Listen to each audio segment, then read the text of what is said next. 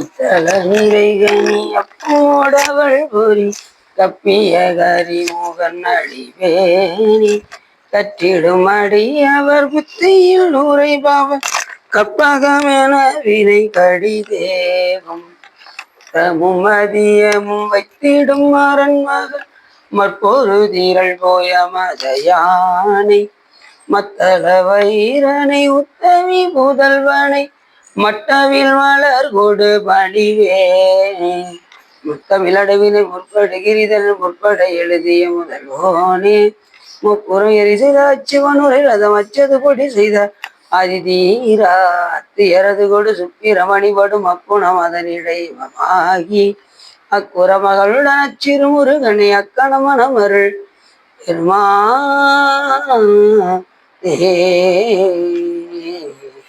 எந்தாயும் எனக்கருள் தந்தையும் நீ சிந்தாகுலவானவை தீத்தனையாள் கந்தா கதிர்வேலவனே உமையாள் மைந்தா குமரா மறைநாயகனே ஒளியர்கோன் பொழித்த போலியர்கோன் கடல் போற்றி ஆளிமிசை கல்விதப்பில் அணிந்த வீரான் அடி போற்றி வாலி திருநாவலூர் வந்தொண்டர் பதம் போற்றி ஊழி வழி திருவா அதுபுரர் திருத்தாள் போற்றி சிற்றம் எல்லாம் அல்ல சிவகாமி அம்பாளுடன் ஐயா இது நான் சமையல் பெரும் கருணையினாலே எல்லாம் அல்ல சிவகாமி அம்பாளுடன் ஐயா சகசலிங்கேச பெருமானுடைய கருணையினாலும் நாம் இன்று ஸ்ரீபுரம் என்னும் திருவாரூர் தியாகராஜ பெருமானுடைய லீலைகளை பற்றி சிந்திப்பதற்கு திருவருளும் குருவருளும் அடியாரர்களும் கூட்டியுள்ளது. அதில் முதன்முறையாக நாம் பார்க்கக்கூடிய லீலைகள் என்னவென்று கேட்டால்,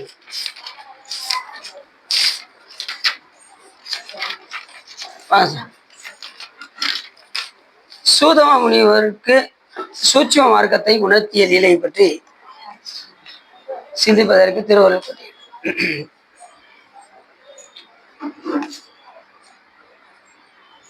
திருவாரூர் அதுலேயும் பார்த்தீங்கன்னா ஸ்ரீபுரம் என்னும் திருவாரூர் அப்படின்னார். ஸ்ரீ என்பது லட்சுமி தேவியை குறிக்கும். லட்சுமி இங்கே தவம் செய்து சிவபெருமானை பூசித்த தலம் என்ற காரணத்தினால் இதற்கு ஸ்ரீபுரம், லட்சுமிபுரம் என்றும் ஸ்ரீபுரம் என்றும் அழைக்கப்படும். ஆரூர் அப்படின்னா அனைத்து ஊரையும் அடக்கிய காரணத்தினால் இதற்கு ஆரூர் என்று ஆகியது. எல்லா ஊரும் நம்ம ஊர் தாங்க அப்படின்னு சொல்றோம்ல, அதே மாதிரி ஆரூர்னா அனைத்து ஊரையும் உள்ளடக்கிய ஒரு தலம் இந்த ஆரூர். லட்சுமி பூஜை செய்த காரணத்தினால் இது ஸ்ரீபுரம் என்றும். நிறைய சிறப்புகள் இந்த திருவாரூர் இருக்கின்றது. இதை சுந்தரம் சுவாமிகள் சொல்லும் போது திருவாரூர் பிறந்தார்கள் எல்லாருக்கும் அடியேன் என்று கூறுகின்றார். திருவாரூர் பிறந்தார்கள் எல்லாருக்கும் அடியேன்னு சொல்லும் போதே அந்த திருவாரூருடைய பெருமை நமக்கு தெரிகின்றது. அப்பேற்பட்ட சிறப்புடையது இந்த திருவாரூர்.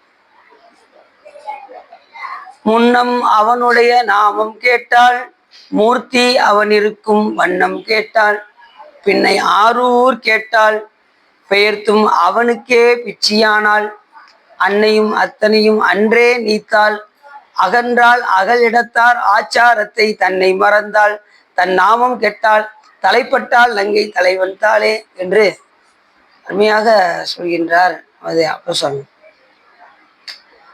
முதல்ல சாமியுடைய நாமத்தை கேட்க, திருவாரூர் பெருமானுடைய அந்த நாமத்தை கேட்கிறா ஒரு பெண்.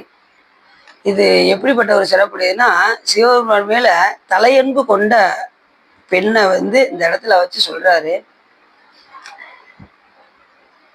முன்னம் அவனுடைய நாமம் கேட்டால் மூர்த்தி அவன் இருக்கும் வண்ணம் கேட்டால், அந்த மூர்த்தி எங்க இருக்குன்னு அப்படியே ஆராய்ச்சி பண்ணி பார்க்கலாம்.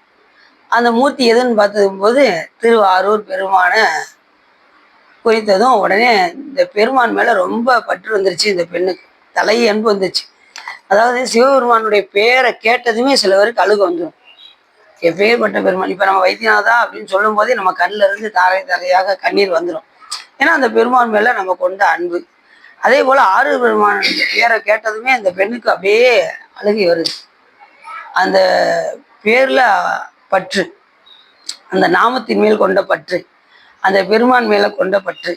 முன்னும் அவனுடைய நாமம் கேட்கும் போதே மூர்த்தி அவன் இருக்கும் வண்ணம் கேட்டால், பின்னை ஆரூர் கேட்டால், பெயர்த்தும் அவனுக்கே பிச்சியானான். அந்த பெருமான் மேலேயே முழுக்க முழுக்க முழுக்க முழுக்க அன்பு வந்து, அந்த பெருமான் மேல அன்பு வந்ததுக்கு அப்புறம் எல்லாத்தையும் மறந்தான் அந்த பெண் வந்து. இப்ப இறைவன் மேல அன்பு வந்துருச்சுன்னா உலகத்து மேல நமக்கு நாட்டம் வராது, வரக்கூடாது. ஆனால் நாம் என்ன செஞ்சுட்டு இருக்கோம்னா உலகத்து மேலதான் கொஞ்சம் போய்கிட்டு இருக்கோம். அது கொஞ்சம் காலம் ஓடும். ஏன்னா நம்ம சுற்றுப்புற சூழ்நிலைகள்லாம் இருக்கின்ற அந்த காரணத்தை வைத்து நமக்கு கொஞ்ச காலம் அந்த சொந்த பந்தங்களோடலாம் நம்ம இணையக்கூடிய சூழ்நிலைகள்லாம் வரும். ஏன்னா சிவபெருமானே எழுதி வச்சிருக்காரு, நீ என்கிட்ட உடனே வந்துட முடியாதுப்பா, இந்த உலகத்தோடு இருந்துதான் நீ வர வேண்டும் என்று. உலகத்தோடு ஒட்ட ஒழுகல். சிவபெருமான் சொன்ன 16 அறங்கள்ல முதல் அறம் எதுன்னா உலகத்தோடு ஒட்ட ஒழுகல். எனக்கு சிவபெருமான் இதை வேற சொல்லியிருக்காராங்க அப்படின்னா அதையும் சொல்லியிருக்காரு. உலகத்தோடு இருந்துக்கிட்டு தான் சிவபெருமான் வழிபாடு பண்ணணும். ஏன் அப்படின்னா உங்களுக்கு அப்பதான் சிவ அனுபவங்கள் உங்களுக்கு கிடைக்கும். எடுத்ததுமே நீங்க போயிட முடியாது.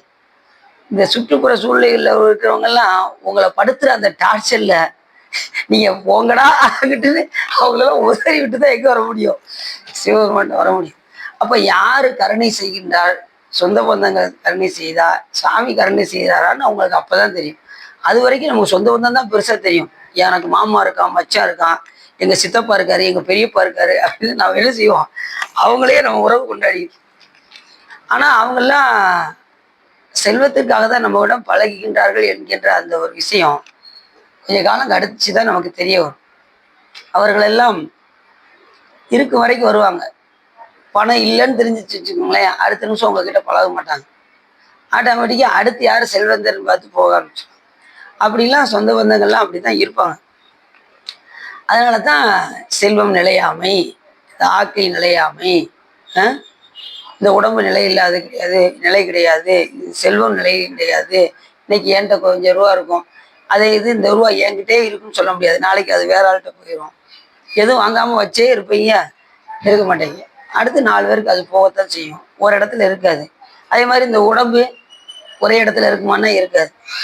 கொஞ்ச காலம் ஆக ஆக ஆக ஆக நம்மளுடைய ஒவ்வொரு ஜீன்களும் குறைஞ்சிக்கிட்டே வரும். ஒவ்வொரு நாளும் இந்த உடம்பினுடைய ஆக்கை ஜீன்கள் குறைய குறைய குறைய அந்த வயதான தோற்றம் வந்து கொண்டே தான் இருக்கும். யாராலும் தடுக்க முடியாது. வயதான தோற்றத்தை தடுக்க முடியுமா? நான் மட்டும் இளமையாவே இருப்பேங்க அப்படின்னு யாருமே சொல்ல முடியாது. எல்லாருமே ஒரு காலத்துல அந்த இளமையை நீத்து தான் ஆகும். அதனால இதெல்லாம் நிலை இல்லை என்பதை நமக்கு திருமூல தேவநாயனாரும் சொல்கின்றார். அப்பேற்பட்ட இந்த ஆக்கை இருக்கும் போதே நாம் என்ன செய்ய வேண்டும் என்றால், பெருமான் மேல் தலையாய அன்பு கொள்வதற்கு என்ன செய்ய வேண்டும் என்கின்ற முறையை அறிந்து, அதற்கு உதாரணமாக நாம் என்ன செய்ய வேண்டும் என்றால் அடியார்களோடு இணங்கி. ஏன்னா அடியார்கள் தான் உங்களை திருக்கோயிலுக்கு வர வைப்பாங்க, திருமுறைகள் பாட வைப்பாங்க. இன்னொன்னா எல்லாரும் என்ன சொல்லுவாங்கன்னா, நம்ம ஏற்கனவே சிவபெருமான் திருவடியை சேர்ந்த அடியார்களை பற்றினால் போதும், இப்போ உள்ள அடியார்களை பற்ற வேண்டும் என்ற அவசியம் இல்லைன்னு சொல்லக்கூடாது. ஏன்னா நம்ம கூடயே இருக்கின்ற அடியார்கள் இருக்காங்க பாருங்க, அவங்க தான் நடமாட கோயில் பேர். நம்ம கூடயே இருக்காங்க பாருங்க, நம்ம கூடயே கோயிலுக்கு வருவதும் சிவம் இருக்காங்களா, அதனால அவங்கள நாம எப்படி பார்க்கணும்னா சிவமா தான் பார்க்கணும். அவங்கள நடமாட கோயிலாக பார்க்க வேண்டும். நம்ம ஒத்த காலத்துல நம்ம கூட இருக்கின்ற அடியார்களை நடமாட கோயிலாக நாம் கருத வேண்டும். அதனாலதான் நடமாட கோயில் பகவர் கொன்றியில் நடமாட கோயில் நம்பர்க்கு அங்கு ஆகா, நடமாட கோயில் நம்பர் கொன்றியில் படமாட கோயில் பகவர்க்கதாமே. அப்ப நம்ம ஒத்த காலத்துல இருக்கக்கூடிய அடியார்களுக்கு நீங்க கொடுக்க கொடுக்க அது யாருக்கு போய் சேரும்? சிவபெருமானுக்கு போய் சேரும். சிவபெருமான் கொடுக்கறதுக்கு அடியாருக்கு வராது, ஆனா அடியார்களுக்கு கொடுக்கறது சிவபெருமானுக்கு போய் சென்று அடையும்.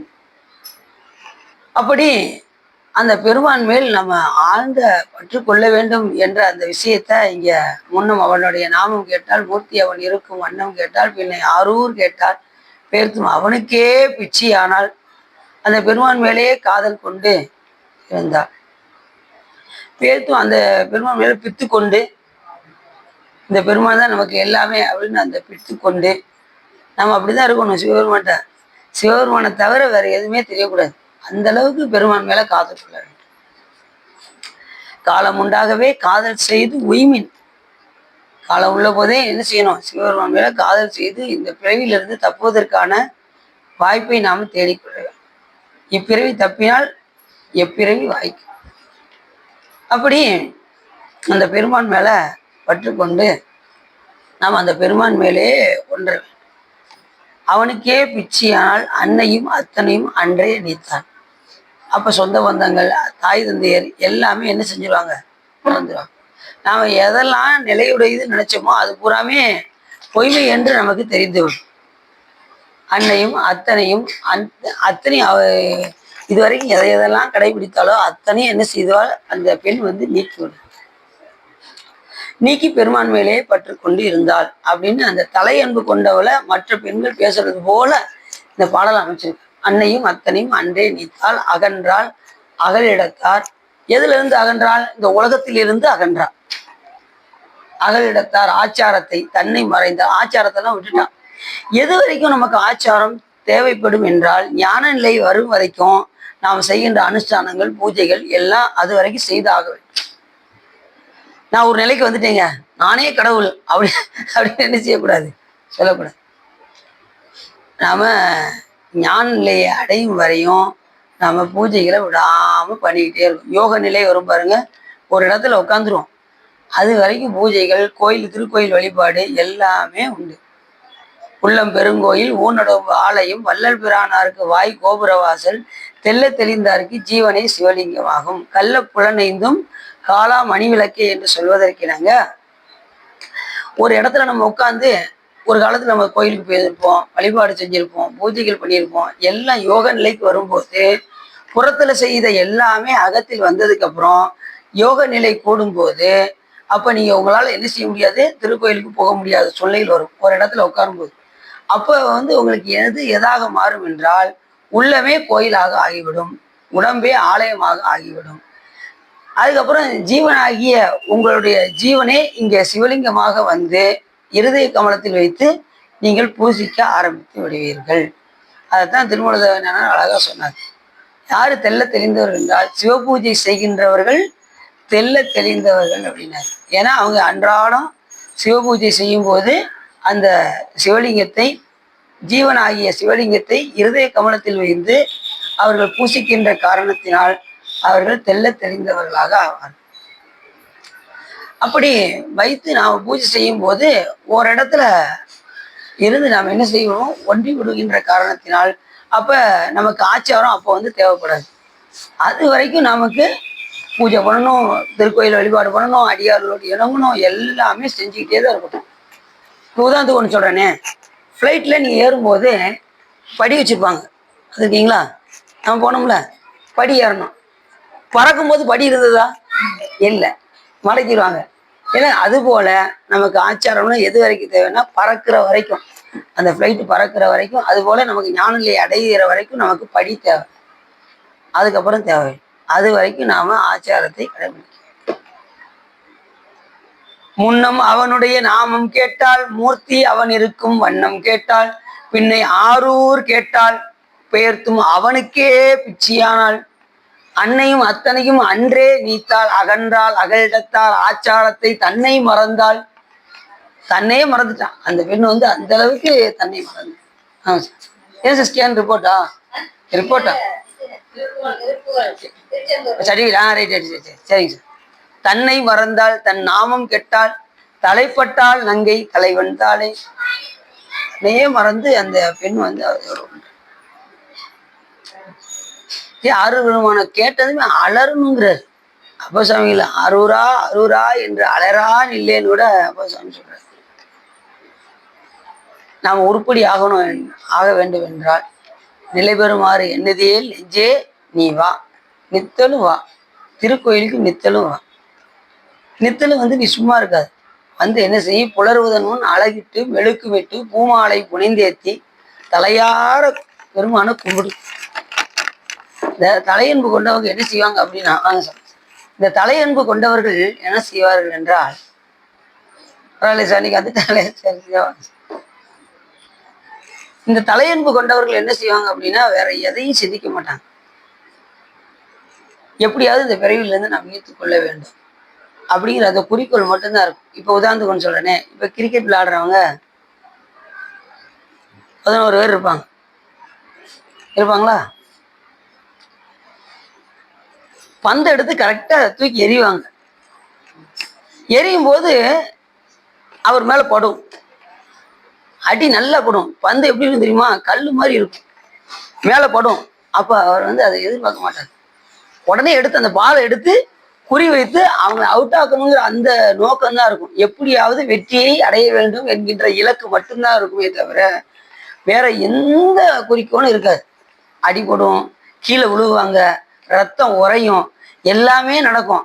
ஆனா அவங்க குறிக்கோள் என்ன? எப்படியாவது வெற்றி அடைய வேண்டும். அதே போல இந்த உலகத்துல இன்பம் வரும், துன்பம் வரும், எல்லாத்தையும் தாங்கி கொண்டு நம்ம இலக்கு என்னது? இறைவனை எப்படி அடைய வேண்டும் என்கின்ற இலக்கு ஒன்றை மட்டுமே குறிக்கோளாக கொண்டு நாம் என்ன செய்ய வேண்டும்? நம்முடைய பயணத்தை தொடங்க வேண்டும். நிலை பெறுமாறன் நுதியேல் நெஞ்சே நீ வா. முதல்ல நெஞ்சத்தான் கூப்பிடுறாரு, வேற எதையும் கூப்பிடல. இந்த நெஞ்சத்தை முதல்ல கோயிலுக்குள்ள வாங்க. ஏன்னா நம்ம வரும்போதே நம்ம மனம் எங்க இருக்கும்? வீட்டுல தான் இருக்கும். பாலை வேற கொதிக்க வச்சேன், அதை ஆஃப் பண்ணிட்டு வந்தேன்னான்னு தெரியல. சொந்தக்காரர் வேற வாரேன்னாங்க, கதவை திறந்து வச்சு நான் பூட்டிட்டு வந்தது தெரியல. திடீர்னு போன் வந்துருச்சுன்னு வச்சுக்கோங்க, உடனே நீங்க நைஸ் அப்படி பின்னாடி போய் என்ன செய்வீங்க? அவர் வாட்டு சொற்பொழி பண்ணிக்கிட்டு இருக்காரு அப்படின்னு பின்னாடி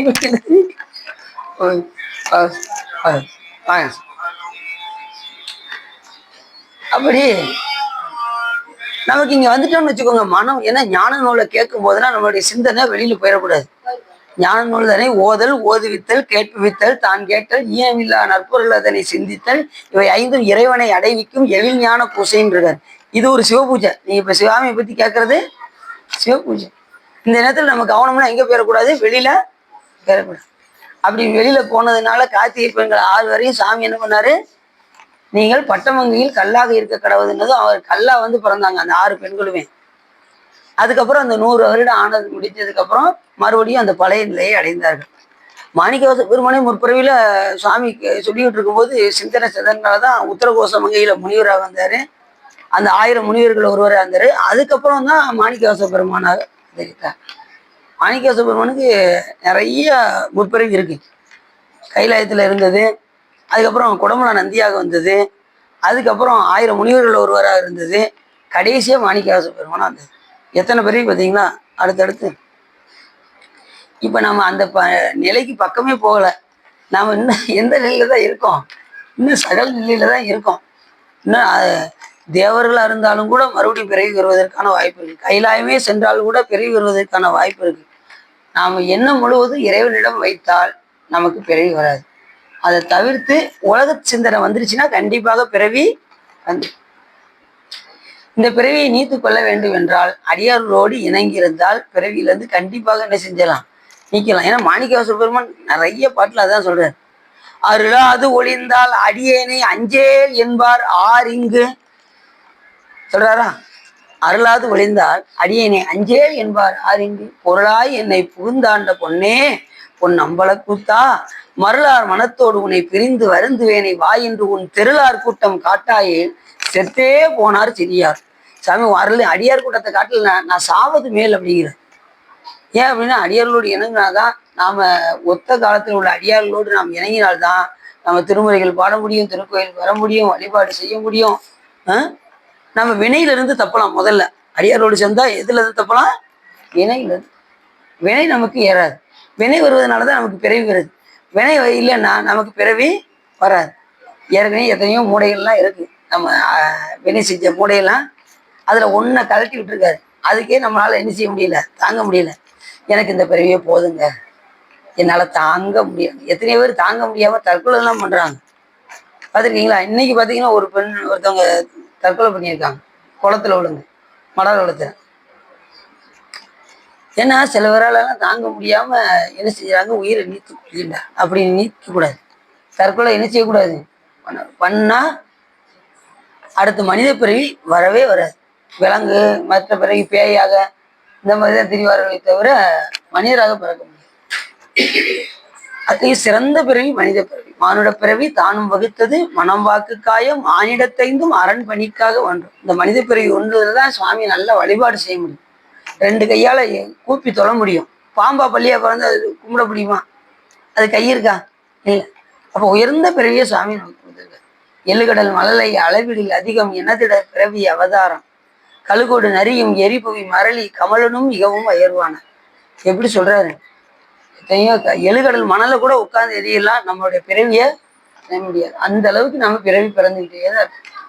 நீ தப்பிக்கிறதுக்கு ஒரே வழி, நல்ல வேலை ஒரு வழியை சிவபெருமான்ட்ட வந்துட்டோம். இனிமே என்ன பண்ணிடலாம்? பிறவியை கொஞ்சம் குறைச்சிடலாம். பிறவி குறைஞ்சிட்டே வந்துடும். நீ அன்றாடம் செய்யக்கூடிய வழிபாட்டுல நீங்க வினை ஏறாம பிறவி குறைஞ்சிட்டே வரும்.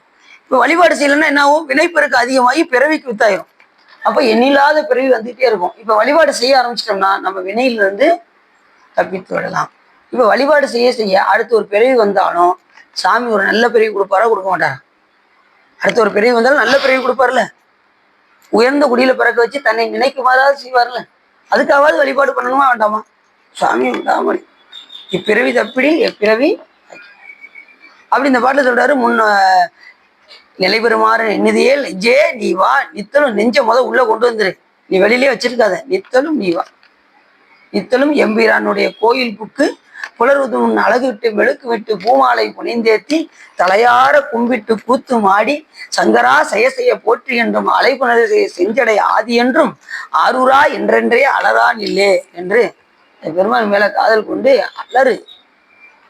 சும்மா போயெல்லாம் அழுதுகிட்டு இருக்காது. உன் கஷ்டத்தை நினைச்சிட்டு போய் அழுகாத. அவனுடைய பெருமையை நினைத்து, தன்னுடைய இனிமையும் இறைவனுடைய பெருமையை நினைத்து நீ அங்க போய் அழு அப்படின்னு. அதுதான் தலையாய அன்பு கொண்டவர்களுக்கு தானாகவே கண்ணீர் வர ஆரம்பிச்சு. இறைவனுடைய அந்த பெருமைகளை நினைக்கும் போது நம்மெல்லாம் ஒரு ஆளா, நம்மளை சிவபெருமானுக்கு புடம் போட்டு தேர்ந்தெடுத்திருக்காரே அப்படின்னு நமக்கு அப்பதான் தெரியும். இது அவங்களுக்கு நாம எவ்வளவு வினை செஞ்சிருக்கோம், நம்மளை எப்படி சிவபெருமான் ஆட்கொண்டாரு அப்படிங்கிற அந்த திறத்தை நினைந்து நாம கண்ணில் இருந்து கண்ணீர் தாரதாரையா. நீங்க எங்க சார்ட்டீங்க? நீங்க சத்தப்பில்ல. ஆமா, நீங்க தான் இந்த செல்ல பாத்தீங்களா? நீங்க தான். சரி சரி சந்தோஷம். சொற்பொழி நீங்க கேட்டீங்களோ? சரி சரி. சரி சரி சரி. இந்த கோயில உங்களுக்கு தெரிஞ்சு கேட்டு வந்தீங்களா? அவங்க சொன்னாங்களோ? கண்ணனையா சொன்னாங்களோ? சரி சரி. நீங்க தான் செல்ல வந்ததா? சரி சரி. நீங்க தான் கேட்டீங்களா? சரி சந்தோஷம். சரி சரி. அப்ப இந்த கோயிலுக்கு நம்ம வரும்போது என்ன செய்யணும்? அவனுடைய நாமம் கேட்டு மூர்த்தி அவனிடம் வண்ணம் கேட்டால் பின்னை ஆரூர் கேட்டால் பெயர்த்தும் அவனுக்கே பிச்சியானால் அன்னையும் அத்தனையும் அன்றே நீத்தால் அகன்றால் அகலிடத்தால் ஆச்சாரத்தை தன்னை மறந்தால் தன் நாமம் கேட்டால். நம்ம நாமமே மறந்துடணும். அந்த அளவுக்கு சிவபெருமான் மேல ஒன்றணும். இப்ப நமக்கு யாராவது நம்ம பேரை கேட்டாங்கன்னு வச்சுக்கோங்க, சரவணா அப்படின்னு நான் வேகமா திரும்பி பார்ப்பேன். என்ன காரணம்? என் பேர் மேல உள்ள பற்று. ஆனா இறைவன் மேல ஒன்றுன்னு வச்சுக்கோங்க, நம்ம பேரை மறந்துடும். சில பேர் அந்த தலையன்பு கொண்டவன்ட்ட நீங்க போனேன்னு வச்சுக்கோங்க, உங்க பேர் என்னங்கன்னு கேட்டோம்னா அவங்க யோசிப்பாங்க. என் பேரா? யோசிக்கணும். என்ன பேரு எனக்கே தெரியல அப்படிம்பாங்க. இப்ப நம்ம பேரை நம்ம கிளீனா சொல்லுவோம், என் பேர் சரவணங்க. மலபார் வளாகத்துல 19/2 இடத்துல நான் வசிக்கிறேங்க. தனியா நகர்ல குடியிருக்கேங்க. நம்ம எல்லா விவரமும் டீட்டெயில்ஸா, அது பக்கத்துல வைத்தியநாதசாமி திருக்கோயில் ஒண்ணு இருக்குங்க, அங்க உள்ள அடியார் திருக்கூட்டம் இருக்குங்க, எல்லா விஷயமும் கிளியரா என்ன செய்வோம். பக்கத்துல ராஜாபாளையம் கூட ஒண்ணு இருக்குன்னா பாருங்களேன், அப்படி அதை என்ன செய்வோம், தெளிவாச்சுவோம். அது பக்கத்துல சத்திரப்பட்டில எப்படி கூட இருக்கு, அங்க இருந்து கூட அடியார்களா இங்க வராங்க அப்படின்னு நம்ம என்ன செய்வோம். ஃபுல் டீட்டெயில்ஸ் நமக்கு தெரியுது. என்னன்னா இன்னும் நம்ம சாமி மேல ஒன்றரை தெரியும். இறைவன் மேல ஒன்றிட்டோம்னா எல்லாம் மறந்துடும். அவன் நாமம் மட்டும்தான் ஞாபகம் வரும். அரூரா என்றென்றே அலரா இல்லை என்று சொல்வதற்கு என்னங்க, இந்த பெருமான் மேல காதல் கொள்வதற்கு என்ன செய்யணும்னு அப்பசாமி இந்த பாட்டில் பாடுறாரு. அங்க போய் புலர்வது முன் அழகிட்டு மெழுக்கு விட்டு பூமாலை புனிந்தேத்தி தலையார கும்பிட்டு கூத்துமாடி சங்கரா செய்ய போற்றி என்றும் அலைப்புணர்ச்சியை செஞ்சடை ஆதி என்றும் ஆரூரான்னு அலர்னா தான் நமக்கு இந்த தலை என்பு நமக்கு கிடைக்கும். அதைத்தான் இந்த பாட்டுல சொல்றாரு. முன்னம் அவனுடைய நாமம் கேட்டால் மூர்த்தி அவன் இருக்கும் வண்ணம் கேட்டால் பெண்ணை ஆரூர் கேட்டால் பேர்த்தும் அவனுக்கே பிச்சியானால் அன்னையும் அத்தனையும் அன்றே நீத்தால் அகன்றால் அகலிடத்தால். எதில் இருந்து அகன்றால்? இந்த உலகத்தில் இருந்து அகன்றால். உலக நாட்டம் சுத்தமா இருக்காது அந்த பெண்ணுக்கு. அப்படி ஆயிடுவான் இறைவனோடு ஒன்று போது உலகம்.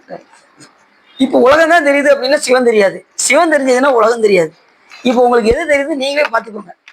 அதிகமா உலகம் தான் தெரியுதா, சிவன் தெரிய மாட்டேங்குது. என்ன காரணம்? நம்ம வழிபாடுன்னா சரியா செய்யலைன்னு. நல்ல அடியார்களோடு பழகணும், நல்ல அடியாரோடு பழகணும், அதுதான் ரொம்ப முக்கியம். நல்ல நல்ல அடியாரவருக்கு மிகவேன்னா யார் சொல்றா? ஞானசம்பந்த பெருமான் சொல்றாரு. நல்ல அடியாரவருக்கு மிகவே தான் ஒரு கோலம் நாளும் அடியாரை நலியாத வண்ணம் முறை செய். யாருக்கு? ஞாயிறு திங்கள் செவ்வாய் புதன் வியாழன் சனி பாம்பு இரண்டும் உடனே ஆசரு நல்ல நல்ல அவை நல்ல நல்ல அடியாரவருக்கு மிகவே. அந்த கோல நாள்ல யார ஒண்ணும் செய்யாது, நல்ல அடியாருக்கு ஒண்ணும் செய்யாது. வேஷம் போடுறவங்களுக்கு கண்டிப்பா அது பந்திக்கத்தான் செய்யும். அப்ப நாம சிவபெருமானுக்கு உண்மையாக இருக்க வேண்டும். இப்ப ஐயா கூட காலையில பூணல் போடணும்னு சொன்னாங்க.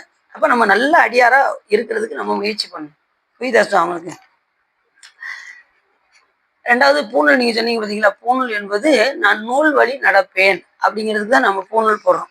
இந்த பூணல் எல்லாம் போடுறோம் பார்த்தீங்களா, எதனால அப்படின்னா ஐயா கேட்டாங்க பூணல் போடலாம், பூணல் போடலாம். ஆனா பூணல் போடுறதுக்கு ஒரு நிபந்தனை இருக்கு. ருத்ராட்சம் விபூதி ருத்ராட்சம் தரிப்பதற்கு முறை இருக்கு. இந்த ருத்ராட்சம் தரிக்கும் போது என்ன செய்யக்கூடாது? மது மாமிசம் சாப்பிடக்கூடாது. ரெண்டாவது வேற என்ன செய்யக்கூடாது? கெட்ட எண்ணங்கள் செயல்கள் ஈடுபடக்கூடாது. அதே போல பூணலும் அதே நிலைதான். கெட்ட செயலுக்கு ஈடுபடாம மது மாமிசம் சாப்பிடாம நாம் என்ன செய்யணும்? நான் நூல்களின் வழி நடப்பேன் அப்படிங்கிறது தான் பூணூல். ஏன்னா அதை சுவாமியே அணிஞ்சிருக்காரு பூணூலை.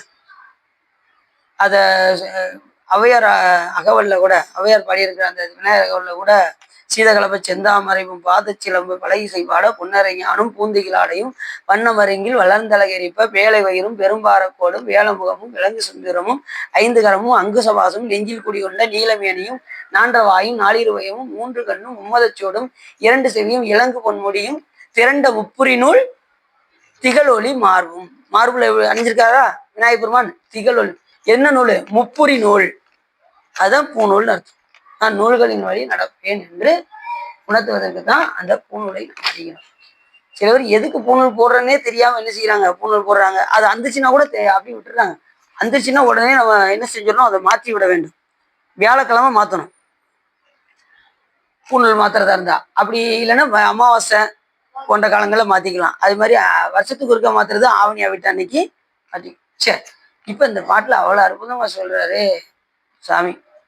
அந்த பெண் அந்த அளவுக்கு பெருமான் மேல பற்றுக்கொண்டு, அவனுடைய நாமம் கேட்டால் மூர்த்தி அவன் இருக்கும், வண்ணம் கேட்டால் பெண்ணை ஆரூர் கேட்டால் பெயர்த்தும் அவனுக்கே பிச்சியானால் அன்னையும் அத்தனையும் அன்றை நீத்தால் அகன்றால் அகலிடத்தார் ஆச்சாரத்தை தன்னை மறந்தால் தன்னை மறந்துட்டா. தன் நாமம் கேட்டால், அவர் பேரே அவளுக்கு தெரியல, தன் நாமம் கேட்டால் பெண் தலைப்பட்டால் நங்கை தலைவன் தாடு.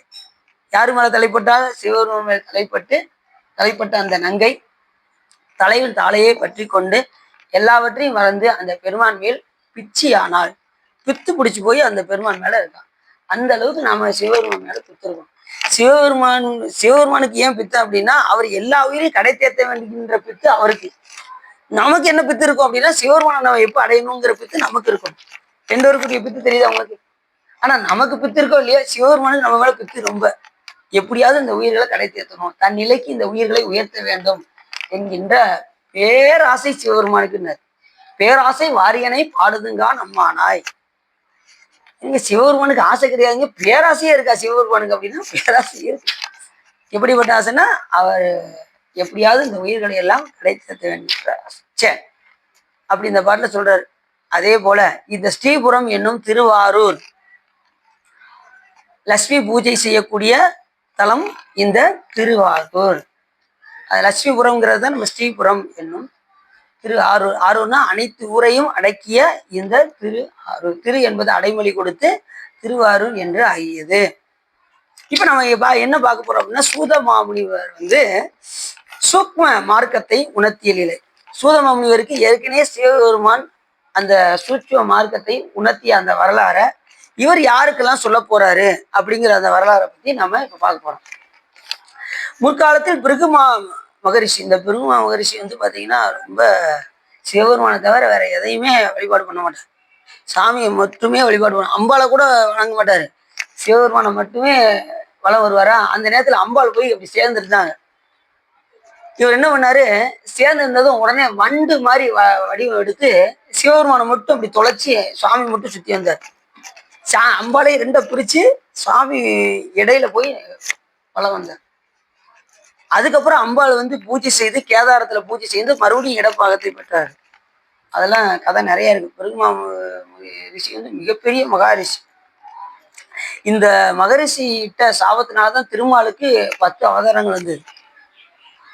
அவர் 10 அவதாரமும் இழிப்பிறவியா கொடுத்தாரு. அதுக்கப்புறம் திருமால் சிவபெருமானை பூசித்து ஒரு 5 உத்தமி பிறவியை வாங்கினார்.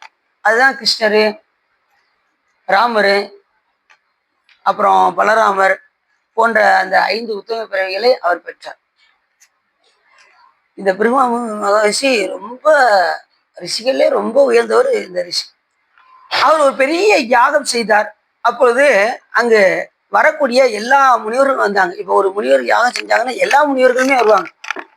ஒரு முனிவர் 2 முனிவர் வர மாட்டாங்க. எண்ணில்லாத முனிவர்கள் எங்கெங்கெல்லாம் நவீசாரின்னு இருக்கோ, வனங்கள் இருக்கோ, அங்க எல்லாமே முனிவர்கள் நிறைய இருப்பாங்க. அந்த முனிவர்கள் எல்லாம் ஒருங்கு கூடி இந்த யாகத்திற்கு வந்தார்கள். பிருமா முனிவர் செய்த அந்த யாகத்திற்கு வந்தார்.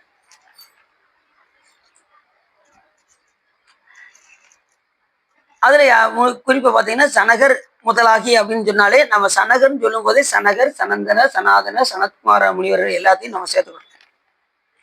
அப்படி போன்ற முனிவர்கள் எல்லாம் வந்தார்கள். இவர் யாருன்னா பிரம்மபுத்திரர்கள். இந்த முனிவர்கள் எல்லாம் பிரம்மபுத்திரர்கள். சிவபெருமானுக்கு கீழே வந்து பாத்தீங்கன்னா ஒரு 4 முனிவர்கள் உட்காந்துருப்பாங்க பார்த்துருக்கீங்களா? அந்த 4 முனிவர் தான் சனகர், சனந்தன, சனாதன, சனத்குமார முனிவர். அவங்க பாத்தீங்கன்னா எல்லாம் படிச்சவங்க. என்னென்ன நூல் இருக்கோ எல்லா நூலையும் படிச்சுட்டு அவங்களுக்கு ஒரு சின்ன சந்தேகம். எல்லாம் படிச்சு தெளிவானவங்க எல்லாம் படிச்சிட்டாலே கொஞ்சம் குழப்பம் வந்துடும். அது அப்படித்தானே, நிறைய படிச்சிட்டாலே எப்படி இறைவனை அடைவதுன்னு அவங்களுக்கு தெரியல. அப்ப சிவபெருமான்கிட்ட போய் கேட்டதும் உடனே சுவாமி உடனே சின்முத்திரையை தான் காமிச்சார். அந்த 4 முனிவர்களையும் அமர வைத்து சின்முத்திரை காமிச்சாரு. படிச்சு அவங்க புரிஞ்சுக்கிட்டாங்க. முத்திரை காமிச்சதே புரிஞ்சுக்கிட்டாங்க. இப்ப நமக்கு முத்திரை காமிச்சா புரியுமா? என்னமோ முத்திரை இருக்கு, அது என்ன முத்திரைன்னே தெரியல அப்படின்னு நம்ம பார்த்துக்கிட்டே தான் இருப்போம். அதோடைய விவரம் தெரிஞ்சிருச்சுன்னா இந்த இருக்கு பாருங்களேன், இது மாயை, இது கண்மம், இது ஆணவம். நான் தான் ரொம்ப பெரியவன் காட்டுது வருங்க. இந்த பெரிய விரல் என்ன மாதிரி ஒரு பெரிய ஆள் உண்டா அப்படின்னு காட்டுதாங்க. இது ஆணவம். இந்த 3 மலமும் நீங்க பெற்று இது உயிர், இது கட்டை விரல் வந்து இறைவன் சிவபெருமான். இந்த 3 மலமும் நீங்க பெற்று நீ என்னை வந்து அடைவாய் அப்படின்னு சாமி அந்த முத்திரையை காட்டுறாரு. இது அவங்களுக்கு அப்ப அந்த சிறுமுத்திரையை காமிச்சதுமே அவங்க வந்து புரிஞ்சுக்கிட்டாங்க. அந்த படிச்சவங்களுக்கு அவங்க புரிஞ்சிடும். மாயை கண்மம் அந்த 3 மலங்கள்ல மாட்டிக்கிட்டு நம்ம படுற பாடு இருக்கு பாருங்க. ஒரு மலத்தை நீக்கிறதுக்கு சிவபெருமான் 2 மலத்தை கூட்டி வச்சு அந்த மலத்தை நீக்கிறார். ஏற்கனவே சொன்னது போல ஒரு விறகட்டை இருக்க நல்ல டைட்டா கட்டி இருக்கு. அது அவுக்குன்னா நீங்க என்ன செய்வீங்க சார்? 2 பக்கமும் நடுவில் நல்லா ஸ்ட்ராங்கா போட்டுருக்குன்னா இந்த மூலையிலையும் இந்த மூலையிலையும் அதை விட ஸ்ட்ராங்கா 2 கட்டு போட்டாச்சுன்னா இது லூஸ் ஆயிரும். ஈஸியா என்ன செஞ்சிடலாம் கிடையாது. அதே போல சிவபெருமான் கண்ம மலம் மாயா மலத்தை கூட்டி வச்சு நமக்கு இந்த ஆணவ மலத்தை வெளியுடைய செய்கிறார். அதனுடைய வலிமையை சிவபெருமான் குன்ற செய்கின்றார். கண்மம் என்பது நாம செய்யக்கூடிய வினைகள். மாயை என்பது இந்த உலகம், இந்த உடம்பு, இதெல்லாம் மாயினால் ஆகிய காரியங்கள். ஆணவம் என்பது யான் எனது என்கின்ற செருக்கு. இந்த செருக்கை நீக்கிறதுக்கு தான் எல்லா வேலையும் பண்றாரு சுவாமி.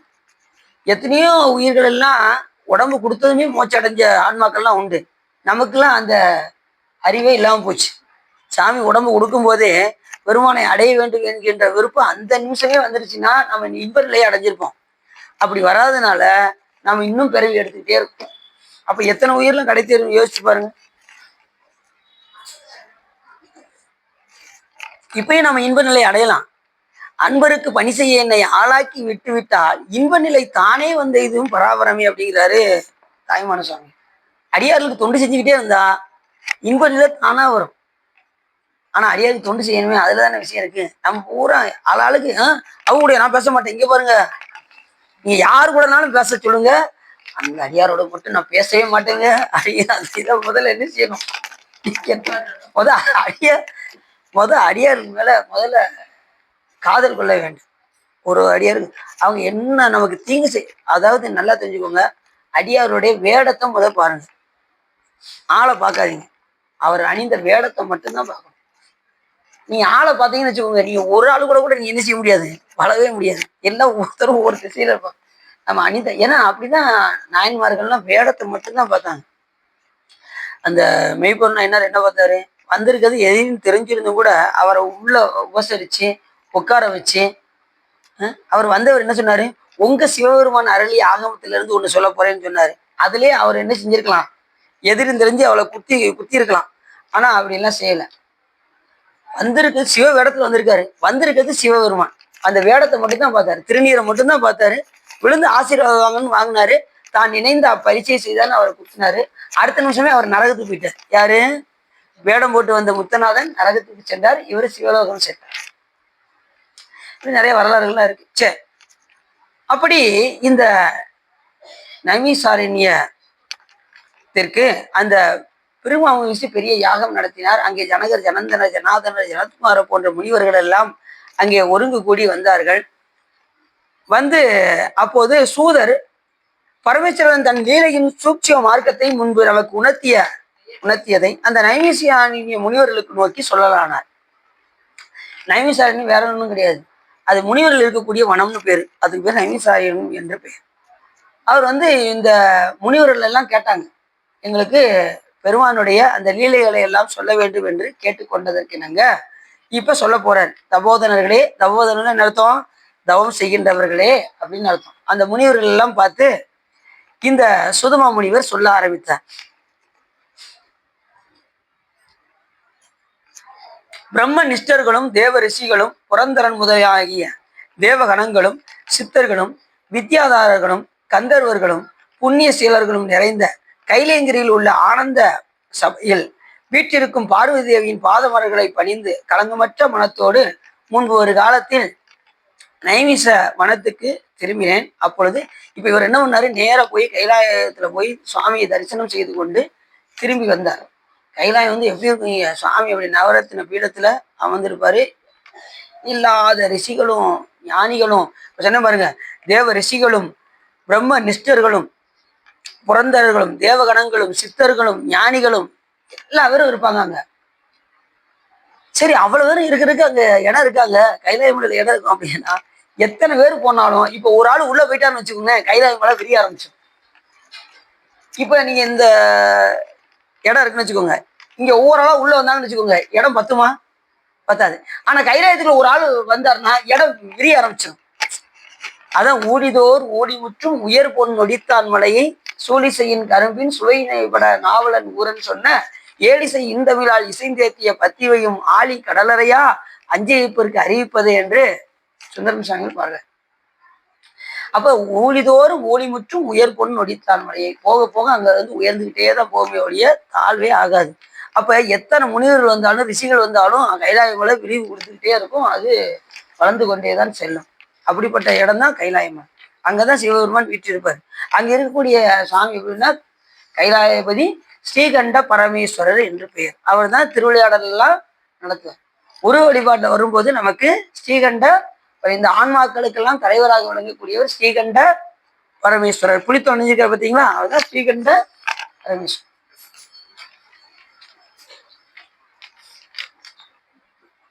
அப்போது தேவேந்திரன் பிரகஸ்பதி மூலமாக என்னை தடுத்து மறுபடியும் மகேஸ்வரனுடைய ஆனந்த சபைக்கு போக செய்து, இப்ப யாரு தேவேந்திரன் இருக்கா பாருங்க, தேவேந்திரன் பிரகஸ்பதினா யாரு தெரியுதான், வியாழ பகவான் இருக்காருல்ல, அவரை பார்த்து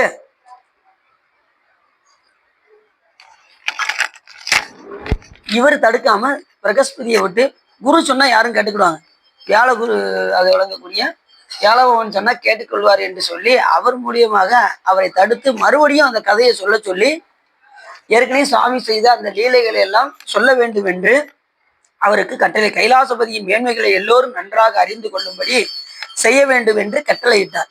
யாரு, தேவேந்திரன் கட்டளையிட்டார். யார் மூலியமாக? பிரகஸ்பதி மூலியமாக. உடனே இவர் என்ன பண்ணாரு, வியப்புற்று உலகங்களிலும் உனக்கு தெரியாத விஷயம் ஒன்றுமில்லை, மகாமூடனும் நிமிஷம் தோறும் சலிக்கும் புத்தியுடையனுமாகிய நான்லாம் ஒரு ஆளா, நான் சொல்ற அளவுக்கு எனக்கு தகுதி இருக்கா அப்படின்னு எப்பயுமே பாத்தீங்கன்னா வாங்க சார், ஞானிகள் எல்லாம் ரொம்ப தன்னை தாழ்த்துவாங்க. இப்ப ஏற்கனவே இவர் என்ன செய்யறாருன்னா, இவர் 2 முறை ஏற்கனவே இந்த லீலைகளை சொல்லியிருக்காரு. இப்ப இந்த முனிவர்களுக்கெல்லாம் சொல்றது 3வது முறை சொல்ல போறாராம். இப்ப ஒரு தடவை சொல்லும் போதே இவருக்கு என்ன வந்திருக்கணும், நான் எவ்வளவு பெரிய லீலைகளை நான் சொல்லியிருக்கேன். 2வது தடவை சொல்லும் போதும் அந்த இது வந்திருக்கும்.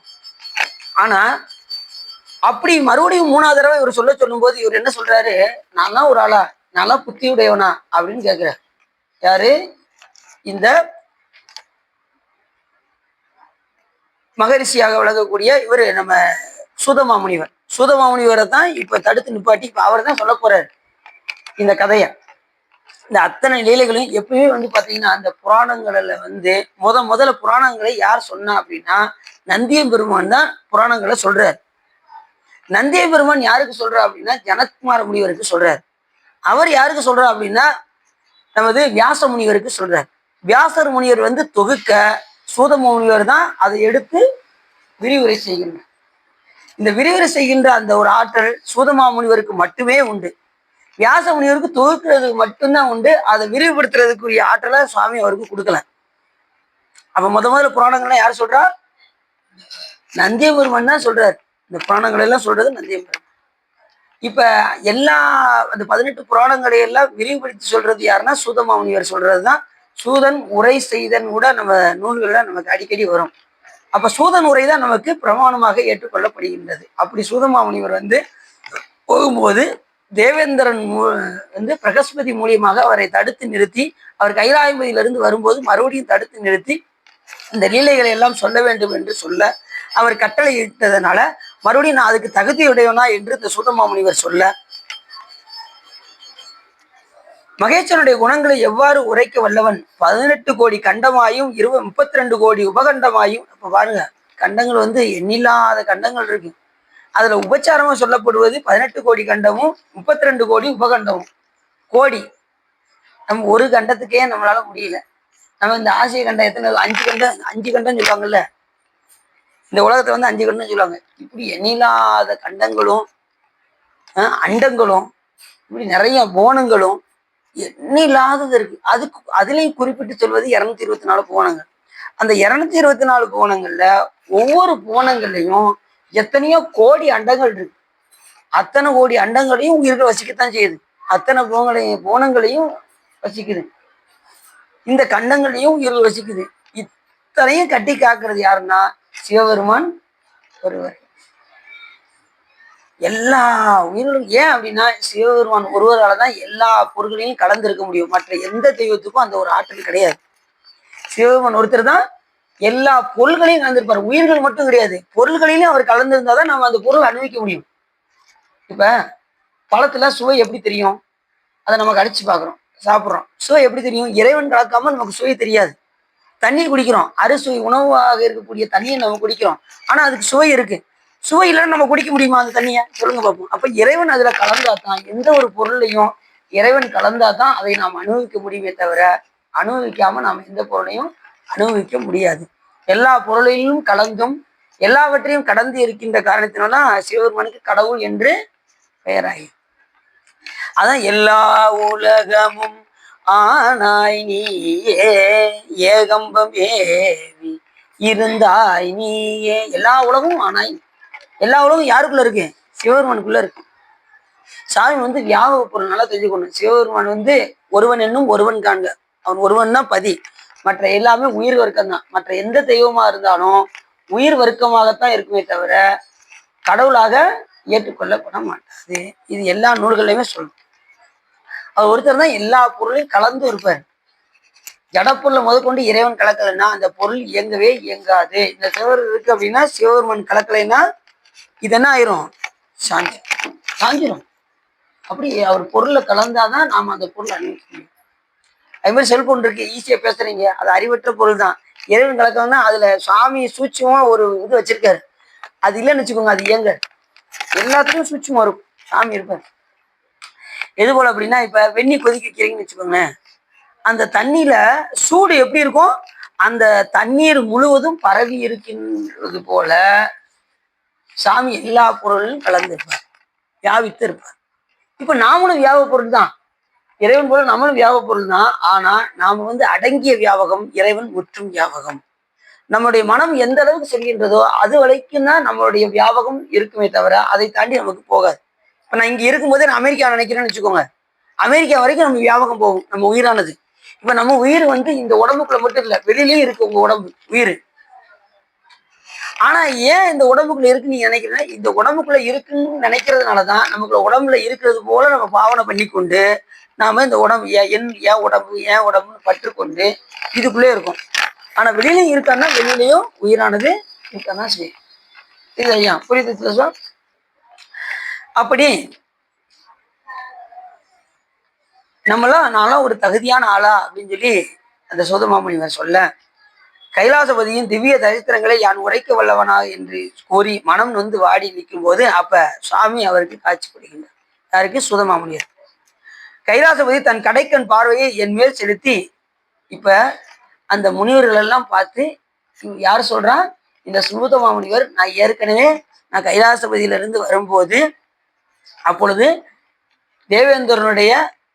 தேவேந்திரன் சொல்லி பிரகஸ்பதி வந்து என்னை வந்து அழைத்தார், மறுபடியும் வந்து புராணம் சொல்ல வேண்டும் என்று வற்புறுத்தினார். அதுக்கப்புறம் நான் அந்த சபையில போய் சொன்னேன். ஒரு தடவை சொல்லியாச்சு, 2வது தடவை கூப்பிட்டாங்க, அப்பயும் நான் வந்து போய் சொன்னேன். என்ன இப்ப அதுக்கெல்லாம் நான் தகுதி உடையவனா அப்படின்னு சொல்லும் போது இப்ப சிவபெருமான் மேல் என் மேல் பார்வை வைத்து மறுபடியும் நீ புராணம் சொல்ல வேண்டும் என்று சிவபெருமான் கடைக்கண் பார்வை யார் மேல் பட்டது? சூதமாமுனிவர். சூதரே, சகல சாஸ்திரங்களின் தத்துவங்களையும் உணர்ந்தவரே, இப்போது தேவேந்திரன் விருப்புகின்றபடி நீர் தமது திவ்ய லீலைகளை இந்த சபையில் காணம் செய்வீர். இந்த காலத்துல எல்லாருக்கும் நீங்க சொல்லுங்க அப்படின்னு சொல்லி யார சொல்றார்? சிவபெருமான் சொல்றார். உலக மாதாவாகிய நமது தேவியின் கடாட்சத்திலும் நமது கடாட்சத்திலும் உனது மனதில் சூட்சமாக விஷய ஞானம் உண்டாகும். நாம் ஒரு காலத்தில் தட்சிண தேசத்தில் காட்டிய லீலைகளின் சிறப்பை நீ ஒருவரே உரைக்க வல்லவர் என்று சிவபெருமான் சொல்றார். அந்த உரைக்கக்கூடிய ஒரே ஆற்றலுடையமை உனக்கு மட்டுமே யாம் தந்தோம் அப்படின்னு சிவபெருமான் சொல்றாரு. யாருக்கிட்ட சொல்றாரு? சூதமாமுனிகிட்ட சொல்றாரு. நீ உடனே நைமிசாரண்ய முனிகிட்ட தானே சொல்றாரு அப்படின்னு சொல்லக்கூடாது. திடீர்னு அந்த ஜனத்குமார முனிகிட்ட தானே சொல்றாருன்னு சொல்லக்கூடாது. ஜனத்குமார முனிவர் வந்து வேற. ஜனத்குமார முனிவர் வந்து சிவபெருமானுக்கு கீழே தட்சிணாமூர்த்திக்கு கீழே உட்கார்ந்து இருக்கின்ற முனிவர்கள் 4 முனிவர்கள் தான் சனகர், சனந்தனர், சனாதனர், சனத்குமாரர் என்கின்ற அந்த முனிவர். இப்ப இந்த புராணம் சொல்ற முனிவர்னு சொல்லும் போதே நீ உங்களுக்கு யாரு வரணும்னா சூதமா முனிவர் அப்படின்னு நமக்கு யாவும் கொஞ்சம். அப்படி நாம் செய்த லீலைகளின் ரகசியங்களையும் சபைக்கேற்ற விஷயங்களையும் நமது ஆலயத்தின் கர்ப்ப கிரகத்திலும் மண்டபத்திலும் பிரகாரத்திலும் கோபுரத்திலும் நகரத்திலும் ஆங்காங்குள்ள நாடுகளிலும் ஆகாயத்திலும் வாயுவிலும் முச்சுடர்களிலும் ஜலத்திலும் பூமியிலும் தேவலோகத்திலும் மனுஷிய லோகத்திலும் கந்தர்வ லோகத்திலும் பாதாள லோகத்திலும் வனத்திலும் குகையிலும் உள்ள இடங்களில் நாம் நிகழ்த்திய அற்புதங்களும் உள்ளங்கை நெல்லிக்கனி போல் உன் மனதில் விளங்க கடவன. சாமி எத்தனை இடத்துல லீலையை செஞ்சிருக்காரு பாருங்க. அது என்ன ஆகாயத்துல, வாயுல, முச்சுடர்கள்ல, ஜலத்துல, பூமியில, இப்படி எல்லா இடத்துலயும் சுவாமி லீலை பண்ணியிருக்காரு. அதனுடைய இதெல்லாம் எடுத்து சொல்லக்கூடிய ஆற்றல் உனக்கே உரியது என்று சிவபெருமான் உள்ளங்கை நெல்லிக்கனி போல உன் மனதை விளங்க கடவன என்று சிவபெருமான் யார்கிட்ட சொல்றாரு? சூதமாமுனிவர்கிட்ட சொல்றாரு. மகரிஷிகளும் தேவர்களும் சித்தர்களும் நிறைந்த நமது சபையில் நமது திவ்ய லீலைகளை ஆதி யோடந்தமாக உரைக்கத்தக்க திவ்ய ஞானத்தை உமக்கு ஒருவருக்கே யாம் அளித்தோம் அப்படின்னு சொல்றாரு. இந்த கதையை யாரு கேட்கிறாங்க அப்படின்னா, இந்த லீலையை படிப்பவர்களும் இந்த புராணத்தை இந்த லீலையை ஸ்ரீபுரம் என்னும் திருவாரூர் தியாகராஜ பெருமானுடைய அந்த லீலைகளை யார் ஒருவர் படிக்கின்றார்களோ, படிக்கிறவர்களும் கேட்பவர்களும் எழுதுபவர்களும் தியானம் செய்பவர்களும் நித்தியமான செல்வத்தை அடைவார்கள், நிரந்தர செல்வத்தை அடைவார்கள். நிரந்தர செல்வம்னா இதுதான் போலுக்க. ஆனா அதுவும் கொடுப்பாரு சாமி, எல்லா செல்வத்தையும் கொடுப்பார். எல்லாம் தரும்கான் பெருந்துறையின் மேய பெரும் கருணையாளர் மருந்துருவாய் என் மனத்தை வந்து கூட மாணிக்கவாசல் பெருமான் சொல்ற எல்லாம் தருவாரு சாமி. ஆனா நம்ம போய் என்ன செய்யக்கூடாது? அற்பத்தனமா எனக்கு இந்த செல்வம் வேணும் போய் நிற்கக்கூடாது. நமக்கு மிக உயர்ந்த செல்வம் சிவபெருமான் தான். நமக்கு உயர்ந்த செல்வன் கடல் ஏற்றும் செல்வம் சிவபெருமானுடைய அன்பை பெற்றாச்சுன்னா மற்ற செல்வம்லாம் தானா வந்துடும். அதனால யார் மேல அன்பு வரணும்? சிவபெருமான் மேல. நீங்க எல்லா புராணத்தையும் எடுத்து படிங்க. நீங்க எத்தனை புராணங்கள் எடுத்து படிச்சாலும் மூலம் வந்து சிவபெருமான் மேல் அன்பு. சிவ பூஜை, இதுதான் முக்கியம். ஆனால் நம்ம ஏன் புராணங்கள்லாம் தெரிஞ்சுக்கிறோம் அப்படின்னா, இந்த புராணங்கள் எல்லாம் தெரிந்து கொண்டால்தான் சிவபெருமான் மேல அன்பு வரும். அதுக்காக நம்ம என்ன செய்யணும்? புராணங்கள் எல்லாம் கேட்கணும். கற்றலில் கேட்டல் நன்று. இது அவங்களுக்கு சிவபெருமான் புகழை யார் அதிகமா கேட்கிறாங்களோ அவங்களுக்கு அன்பு தானாகவே ஊற ஆரம்பிச்சிடும். அப்படியே கண்ணீர் வர ஆரம்பிச்சிடும். பெருமானுடைய புகழை கேட்டுக்கிட்டே இருக்கணும். செவிகால் கேண்மின்களோ சிவன் எம்பெரை செம்பவள எரிபோல் மேனிப்பிரான் திறம் எப்போதும் செவிகால். நான் எப்போதாவது ஒரு கதைங்க கேட்கிறேன் அப்படின்னு இல்லாம எப்போதும் சிவபெருமான் புகழை கேட்டுக்கொண்டே இருக்கேன். அப்பதான் சிவபெருமான் மேல அன்பு வரும். அப்பாட இந்த மாசம் கேட்டாச்சு, இனி அடுத்த மாசம் ஒருக்கா கேட்போம் அப்படின்னோம்னா என்ன செய்யாது? அன்பு வர என்ன செய்ய கேட்டுட்டே இருக்கணும். இங்க வரலன்னாலும் பரவாயில்ல, வீட்டை செல்ல உட்காந்து கூட சுவாமியுடைய புகழ் நீ என்ன செய்யலாம்? கேட்கலாம். வாய்ப்பு கிடைக்கும் போதுன்னா சிவபெருமானுடைய புகழை கேட்டுக்கொண்டே இருக்கணும். நாம என்ன வரும்னா, இங்க இந்த ஏரியா விட்டுட்டோன்னு வச்சுக்கோங்க, இந்த ஏரியா தாண்டதுமே வீட்டு சிந்தனைகள் வர ஆரம்பிச்சு, செல்போன்ல வேற எல்லாம் பார்க்க ஆரம்பிச்சிருவாங்க. அப்படிலாம் பார்க்காம எப்பயுமே சிவபெருமானுடைய புகழை மட்டுமே கேட்டுக்கொண்டே இருக்கும். புரியுது அவங்களுக்கு? அப்ப இந்த லீலைகளை படிப்பவர்களும் கேட்பவர்களும் எழுதுபவர்களும் தியானம் செய்பவர்களும் நித்தியமான செல்வத்தை அடைவார்கள். ரெண்டாவது, பிணியுற்றவன் பிணி நீங்கி சேமத்தை அடைந்து பலசாலியாவான். ரொம்ப நோய்வாய்ப்பட்டவங்க இந்த புராணத்தை கேட்டாங்கன்னா கொஞ்சம் அப்படி எந்திரிச்சிருவாங்க. எனக்கு நோயே கிடையாதுங்க அப்படிம்பாங்களாம். அந்த அளவுக்கு சிறப்புடையது இந்த புராணத்தை கேட்டான். ரொம்ப என்னால முடியலைங்க அப்படின்னு சொல்றவங்க கூட என்ன ஆயிடுவாங்க, அப்படி தெளிவா அப்படி உட்காந்து தினசரி நான் புராணம் கேட்க வரேன் அப்படின்னு சொல்லுவாங்க. அந்த அளவுக்கு இந்த புராணம் வலிமையும் உண்டாக்கும். ஏன்னா திருவாரூர் தியாகராஜ பெருமான் எப்படி வந்தாருங்கிறது முதற்கொண்டு ஒவ்வொரு லீலைகளையும் சாமி என்னென்னலாம் பண்ணாரு, அந்த ஆழித்தெருலாம் எப்படி வந்தது எல்லாமே நாம கொஞ்சம் கொஞ்சமா பார்க்க போறோம். கிட்டத்தட்ட இந்த புராணம் முடியறதுக்கு ஒரு 6.5 வருஷம் ஆகும். எத்தனை வருஷம்? 6.5 வருஷம் ஆகும். மெதுவா போவோம், ஒன்றும் அவசரம் இல்லை. ஒரு 6.5 வருஷம் இந்த புராணத்தை கடைசி வரைக்கும் நம்ம கேட்கணும். சாமி கிட்ட வேணும்னா நம்ம தொடர்ந்து கேட்டுக்கிட்டே இருக்கணும். அதுக்கு சாமி கிட்ட நம்ம விண்ணப்பம் பண்ணணும். அவன் வாரத்துல 2 நாள் நடக்குது, திங்கள் வேலை நடக்குது, வருஷத்துக்கு 50 நாள். அப்போ ஒரு வருஷத்துக்கு 50னா 6 வருஷத்துக்கு 6 30 300 திருவிளையாடல், அங்கிட்டு ஒரு 64 திருவிளையாடல் இருக்கு. அப்போ 6.5 வருஷம் ஆச்சா? அதுக்கு மேலேயும் போவோம், அதுக்கு மேல ஒரு 14 வருது. கிட்டத்தட்ட ஒரு 6.25 வருஷம் ஆகும். பார்ப்போம், வாய்ப்பு கிடைச்சா அடுத்து தினசரி வச்சிருவோம். ஆனா தினசரி இந்த லீலைகளை சொன்னோம்னா ஒரு வருஷத்துல முடிச்சிடலாம். 324 நாளும். என்னன்னா சாமி ஒவ்வொரு நாளும் திருவிளையாடலை நிகழ்த்தி கொண்டே இருக்கின்றார். எங்க திருவாரூர்ல அத ஏறார் இளங்கிளியே எங்கள் பெரும் துரைக்கோன் சீரார் திரு நாமம் தேர்ந்துரையாரூரன். மாணிக்கவாசகர் சொல்றாரு, இப்படி சொல்றாரு பாருங்க. செம்பெருமான் வெண்மலரான் பார்க்கடலான் செப்புவ போல் எம்பெருமான் தேவர் வீரான் என்று ஏறார் இளங்கிளியே எங்கள் பெரும் துரைக்கோன் சீரார் திரு நாமம் தேர்ந்துரையாரூரன். எந்த நேரமும் திருமாலு தன் நெஞ்சத்துல தியாகராஜ பெருமானை வச்சு பூசிக்கிட்டே இருக்காராம். அந்த மூச்சு காற்று விடும்போதெல்லாம் தியாகராஜ பெருமானை வழிபாடு பண்ணிட்டு இருக்காராம். அந்த பெருமானைத்தான் யாரு கேட்டா, தேவேந்திரன் எனக்கு அந்த தியாகராஜ மூர்த்தியை கொடுங்கன்னு சொல்லி அவர் வாங்கி அவர் வழிபாடு பண்ணிக்கிட்டு இருக்கும் போதுதான் யாரு முசுகுந்த சக்கரவர்த்தி கேட்டார். அப்ப எந்த நேரமும் அதனாலதான் அசபா நடனம் பேரு. தியாகராஜ பெருமான் ஆடக்கூடிய நடனத்துக்கு என்ன பேரு? மூச்சு காற்று எப்படி மேலும் கீழும் போய் வருமோ அதே போல இந்த நடனம் அப்படிப்பட்ட நடனம் அசபா நடனம் பேரு. அங்க சபா நடனம், சிதம்பரத்துல சபா நடனம், இங்க அசபா நடனம். அப்ப இந்த புராணத்தை தொடர்ந்து என்ன செய்யுங்க, தொடர்ந்து கேட்டுக்கிட்டே இருந்தீங்கன்னா பிணி உள்ளவங்க எல்லாம் எந்திரிச்சு செல்வம்லாம் தானா சேரும். இந்த புராணத்தை கேட்டா செல்வங்கள் எப்படி வருதுன்னு தெரியாது, அங்க வந்துகிட்டே இருக்கும். அதுக்கு உண்டான வாய்ப்புலாம் இறைவன் உங்களுக்கு வழங்கி கொண்டே இருப்பார். ரெண்டாவது, பலசாலி ஆயிடுவாங்க. நல்லா சோம்பேறியாலாம் என்ன ஆயிடுவாங்க, ரொம்ப பலசாலி. கன்னியர்கள் நல்ல கணவனை அடைவார்கள். இந்த புராணத்தை இளம்பெண்கள்லாம் கேட்டாங்கன்னா சீக்கிரம் அவங்களுக்கு என்ன ஆயிரும், கல்யாணம். அப்படி யாராவது இருந்தா இங்க அழைச்சிட்டு வாங்க. இந்த புராணத்தை கேட்டாங்கன்னா அவங்களுக்கு சீக்கிரம் திருமணம் ஆயிரும். நெசமாதான், பொய் கிடையாது, ஞானிகள் சொன்னதுல உண்மை. இப்படி ஒரு இடத்துல அடின்னு சொல்லி இந்த புராணத்தை கேட்டீங்கன்னா கல்யாணம் ஆகாதுக்கு ஆகும்னு சொன்னதும் நீங்க ஒண்ணு போங்க சாங்க பக்கத்து வீட்டுல நானும் சொல்லி சொல்லி பார்க்கேன் வாங்க வாங்கன்னு கூப்பிடுறேன் அவங்க வரவே மாட்டேங்கிறாங்க. அப்படியும் சொல்லி அதுக்கப்புறம் ஒரு 5 வருஷம் கழிச்சு ஒருக்கா அந்த அதே மாதிரி சொன்னேன். நீங்க 5 வருஷத்துக்கு முன்னாடி ஒருக்கா சொன்னீங்க, நான் இப்பயும் சொல்லிட்டு தான் இருக்கேன், அவங்க வரவே மாட்டேங்கிறாங்க, இன்னும் அவங்களுக்கு கல்யாணம் ஆகல அப்படிங்கிறாங்க. வயசு இப்போ 35 வயசு ஆயிடுச்சான். அப்ப எப்படி இருக்கும் யோசிச்சு பாருங்க. அப்ப அப்பயே வந்திருந்தா நேரம் முடிஞ்சு ஒரு குழந்தைய இருக்கும் கையில. புரியுது அவங்களுக்கு. அப்ப புராணங்கள்லாம் கேட்கும்போது நமக்கு முக்கியமா சுகர் வராது. புராணத்தை கேட்டா என்ன வராது? சுகர் வந்தாலும் என்ன ஆயிரும்? போயிடும். சுகர் வந்தாலும் போயிடும். நீங்க ஏற்கனவே பெரிய புராணம் எடுத்துக்கிட்டு இருக்கும்போது நம்ம வெங்காநல்லூர்ல புராணம் எடுத்து அன்னைக்கு தான் முத நாள் உட்காந்து சொல்லிக்கிட்டு இருக்கேன். இந்த புராணத்தை கேட்டா சுகர் வராது, வந்தாலும் போயிடும் அப்படின்னதும் ஒருத்தர் நோட் பண்ணியிருக்காரு, பார்த்துருவோம் அப்படின்ட்டு முத நாள் போய் செக் பண்ணியிருக்காரு. 400 சர்ச்சை இருந்திருக்கு.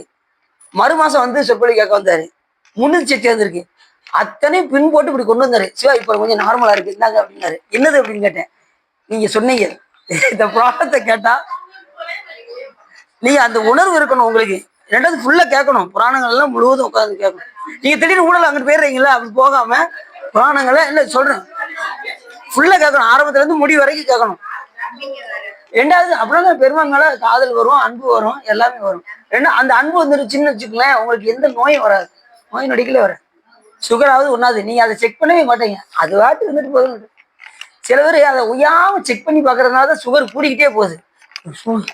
எனக்கு 400 வர மாதிரியே தெரியுதுங்க அப்படின்னு பார்ப்பாங்க, அது 400 தான் இருக்கும். அது எண்ணத்தோடு பார்த்தா அதுதான் இருக்கும். அதெல்லாம் ஒண்ணும் கிடையாது, இல்ல சாமி இருக்காரு அப்படின்னு நீங்க வழிபாடு போட்டு செஞ்சுக்கிட்டே இருங்க. சிவன் மேல அன்பு கொண்டுகிட்டே இருங்க, உங்களுக்கு ஒரு சுகரும் வராது, ஒரு வியாதியும் வராது. அப்படிதான் ஒருத்தர் சொன்னாரு. நண்பர் ஒருத்தர் வந்து எனக்கு சுகர் இருக்க மாதிரி இருக்கு சரவணா, கொஞ்சம் வா சரவணா, கொஞ்சம் போய் பார்த்துக்கணும் அப்படின்னாரு. சரி நான் அவர் கூட போனேன். அவரு பார்த்தாரு, 340 இருக்கு அப்படின்னாரு. 340 அழுக ஆரம்பிச்சிட்டாரு நண்பர். நான் இனிமே சோறு சாப்பிடவே முடியாதா, நீங்க ஒண்ணு இனிமே சோறை பார்க்காதீங்க அப்படின்ட்டாரு அவரு. சோறையே உங்களுக்கு வெறும் சப்பாத்தி தாங்க அப்படின்ட்டாரு, இல்லைன்னா கஞ்சி இந்த மாதிரி குடிங்க அப்படின்னாரா. அவர் ரொம்ப அதெல்லாம் கவலைப்படாதீங்க, நீங்க வாங்க புராணம் கேளுங்க, சிவபெருமானுடைய இதெல்லாம் கேளுங்க, நம்ம யூடியூப்ல சப்ஸ்கிரைப் பண்ணி வச்சு இல்லை யாரு பேசினாலும் சரி சிவபெருமானுடைய புகழை நீங்க கேளுங்க, கண்டிப்பா உங்களுக்கு சுகர் வராதுன்னு சொல்லிட்டு இது அவங்களுக்கு. சாமியுடைய புகழை கேட்டா நோய் நொடிகளை நீக்கிறதுக்கு சிவபெருமானுக்கு ரொம்ப நேரம்லாம் கிடையாது. நம்ம வினைப்பயனை எடுத்து விட்டுறது நமக்கு துன்பமா தெரியுது, எல்லாமே நாம செஞ்சு வச்சதுதான். புதுசாலாம் ஒன்றும் சாமி ஒன்றும் நம்ம கொடுக்கல, நாம செஞ்சு வச்சதை நம்ம கொடுக்கும்போது நமக்கு என்ன ஆகுது, துன்பமா தெரியுது. இப்ப முற்பிறவில நாம என்ன செஞ்சிருப்போம், இப்ப நமக்கு ஒரு நோய் இருக்குன்னு வச்சுக்கோங்க, இப்ப எனக்கு சுகர் இருக்குன்னு வச்சுக்கோங்க, அப்ப நான் என்ன செஞ்சிருப்பேன், அந்த வினையை நான் செஞ்சிருக்கேன்னு அர்த்தம். இப்ப எனக்கு சுகர் இருக்குன்னா நான் அந்த வினையை செஞ்சிருக்கேன். முற்பிறவில இவனுக்கு இவன் கூட பழகாத, இவனுக்கு சக்கரை நோய் இருக்கு, இவன் கூட பழகுனியோ அப்படின்னு நம்ம சொல்லிட்டோம்னு வச்சுக்கோங்க, அது நமக்கு அப்படியே நம்ம பிறவில என்னென்னலாம் அட்டுழியம் பண்ணான்னு யாருக்கு தெரியும்? சிவபெருமான்ட்ட தான் இருக்கு அந்த கணக்கு. அவர் அக்கௌண்ட்ல இருக்கும், என்னென்ன காரியம் பண்ணியிருக்கான். அவரவர் வினையத்தான் அவரவருக்கு கொடுப்பாரே தவிர அப்பா செஞ்ச பாவம் பிள்ளைக்கு வர்றது அந்த கணக்கே இங்க கிடையவே கிடையாது. அவரவர் வினைவழி அவரவர் வந்தனர், அவரவர் வினைவழி அவரவர் அனுபவம். இப்ப அப்பா செஞ்ச பாவத்தை கொண்டு போய் பிள்ளைகிட்ட கொடுத்தா அவர் கடவுள் ஆகுவாரா? அப்படி நம்ம நூலே அப்படி சொல்லவே இல்லை. சைவத்துல மட்டும்தான், மற்ற நூல்களும் பாத்தீங்கன்னா அப்பா செஞ்ச பாவம் பிள்ளைக்கு வரும் அப்படின்னா நூல் எழுதியிருக்காங்க. அப்படி சொல்லவே கூடாது, அது குற்றம். அப்படி சொல்லலாமா? ஐயா அப்பா செஞ்ச பாவம் பிள்ளைக்கு வரும்னு சொல்லலாமா? அது எவ்வளவு பெரிய பாவம். இப்ப இன்னொரு இவங்களுக்கு நோய் என்ன, நான் மருந்து சாப்பிட்டா சரியா வருமா? இப்ப எனக்கு நோய் என்ன, அவங்க மாத்திரை சாப்பிட்டா சரியாகுமா?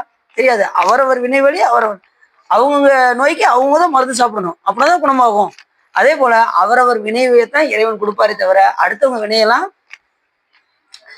அப்பா செஞ்ச பாவம் அப்படியே பிள்ளைக்கு வந்துருச்சு பாரு, அவனுக்கு தொழுநோய் அவன் பிள்ளைக்கு தொழுநோய் அப்படிம்பாங்க, பார்த்துருக்கீங்களா? அப்படி சொல்லக்கூடாது. இந்த 2 செய்த வினையும் ஒன்று போல இருக்கும். ஒரு உயிர் செய்த வினையும் இன்னொரு செய்த வினையும் ஒன்று போல இருந்தா, ஒத்து போயிருந்தா அதை கொண்டு போய் அந்த குடியில போய் சிவபெருமான் பூத்தி விடுவார். அப்ப அப்பாவுடைய அந்த தொழுநோய் இவருக்கும் வந்து அப்படிதான் பொருள் எடுக்கணுமே தவிர அப்பா செஞ்ச பாவம் இவருக்கு வருதுன்னு நம்ம என்ன செய்யக்கூடாது, சொல்லவே கூடாது, குற்றம் நம்ம சைவத்துல. அதனாலதான் குருஞான சம்பந்தர் அழகா சொன்னார், அவரவர் வினைவழி அவரவர் வந்தனர், அவரவர் வினைவழி அவரவர் அனுபவம், எவரவருக்கு உதவினர் எவரவருக்கு உதவினர், எல்லாம் சிவன் செயல் என்று என்ன. அப்படி இந்த பிணி விட்டுறவர்கள்லாம் பிணி நீங்கி சேமத்தை அடைவார்கள், பலசாலி ஆவார்கள். சொர்க்கத்தை அடைந்த பிதர்கள் மறுபடியும் சொர்க்கத்திலே இருப்பாங்க. மறுபடியும் அவங்க திரும்ப மாட்டாங்க, நரகத்துக்குலாம் போக மாட்டாங்க, சொர்க்கத்திலே இருப்பாங்களாம். புத்திரன் இல்லாதவர்கள் நல்ல புத்திரனை அடைவார்கள், கன்னியர்கள் நல்ல கணவனை அடைவார்கள், கர்ப்பிணிகள் சத்புத்திரத்தை பெறுவார்கள், செல்வத்தை விரும்புபவர்களுக்கு செல்வம் வளரும், சாகித்யத்தை விரும்புபவர்கள் சாகித்யத்தை அடைவார்கள், கல்வியை விரும்புபவர்கள் திவ்ய ஞானத்தை பெறுவார்கள். நித்திய ஞானத்தை நல்லா படிக்கணும்னு நினைக்கிறவங்க இந்த புராணத்தை கேட்டாங்கன்னா என்ன ஆவாங்க? நல்லா படிப்பாங்க. படிப்பாங்களா படிக்க மாட்டாங்களா? நல்லா படிப்பாங்க. ரெண்டாவது இந்த இந்த படிப்பு இதெல்லாம் சிவபெருமான் பார்த்து கொடுக்கும். இப்ப நம்ம புராணம் சொல்றோம்னா இப்ப அடியேன்னு சொல்றேன்னு நினைச்சிட்டேன்னு வச்சுக்கோங்க, என்னால சொல்ல முடியாது. சொல்றது யார் உள்ள இருந்து? சிவபெருமான் உள்ள இருந்து சொல்லுகின்றார். அடியனுக்கு இங்க வேலையே கிடையாது. அடியன் வந்து ஒரு கருவியா தான் உட்காந்துருக்கேன். சொல்றதெல்லாம் யார் சொல்றா? சிவபெருமான் உள்ள இருந்து சொல்றாரு. நான் சொல்றேங்கிற எண்ணம் வந்துருச்சுன்னா அடுத்த நிமிஷமே நம்ம பேச முடியாது. அப்ப உள்ள இருந்து உணர்த்துறது யாரு? அதனாலதான் அவ்வளவு பாடலை பாடி 16,000 பாடல் பாடி ஞானசம்பந்த பெருமான் என்ன சொன்னாரு? பாலனாம் விருத்தனாம் பசுபதி தானாம் பண்டுவம் கூற்றை உதைத்து அடியவருக்கு அருளும் காலனாம் எனதுரை தனதுரையாக அப்படின்னா. இது என்னுடைய உரை அல்ல, சிவபெருமான் உரைத்த உரையினர். இப்ப நம்மளாம் நினைச்சுக்கோங்க, ஒரு கவிதை எழுதிட்டு வச்சுக்கோங்க, அதாவது என் கவிதை எப்படின்னு கொஞ்சம் படிச்சு பாருங்க, அதை எல்லாத்தையும் போய் காமிச்சு அதை எல்லாத்தையும் ரொம்ப விளம்பரப்படுத்தி அதை 4 பேருக்கு சொல்லி நானே எழுதுனேன்னா பாருங்களேன் அப்படின்னு சொல்லி எல்லாத்தையும் சொல்லிக்கிட்டே தெரியும். இப்படி சொல்லிக்கிட்டு இருந்தோம்னா கடைசி இருக்கிற புகழும் போயிடும். இது அவங்களுக்கு அது எவ்வளவு நாள் தாங்கி நிற்க சொல்லுங்க. அது மாதிரி நம்ம புகழுக்கும் என்ன செய்யக்கூடாது? வாங்கிடக்கூடாது. எந்த புகழுக்கும். அதான் வேண்டேன் புகழ் வேண்டேன் செல்வம் சென்று சேர்ந்தேன் திருப்பெருந்துறை இறைத்தாள் பூண்டேன் சிவத்தினை வேண்டாதவதவை நாளும் தீண்டேன் அப்படின்னாரு மாணிக்கவாசகர். எதுக்கும் நாம மயங்கிடக்கூடாது. இப்போ நம்மளை ரொம்ப புகழ்ந்தான்னு வச்சுக்கோங்க, அந்த இடத்த விட்டு என்ன செஞ்சிடணும்? போய் சில பேர் எதுக்கு புகழ்வாங்க அப்படி தெரியுமா உங்களுக்கு? டப்பு வாங்குறதுக்கு. உங்களை மாதிரி ஒரு ஆள் உண்டாங்க, அவர் புகழ் போறே என்ன செய்வாரு?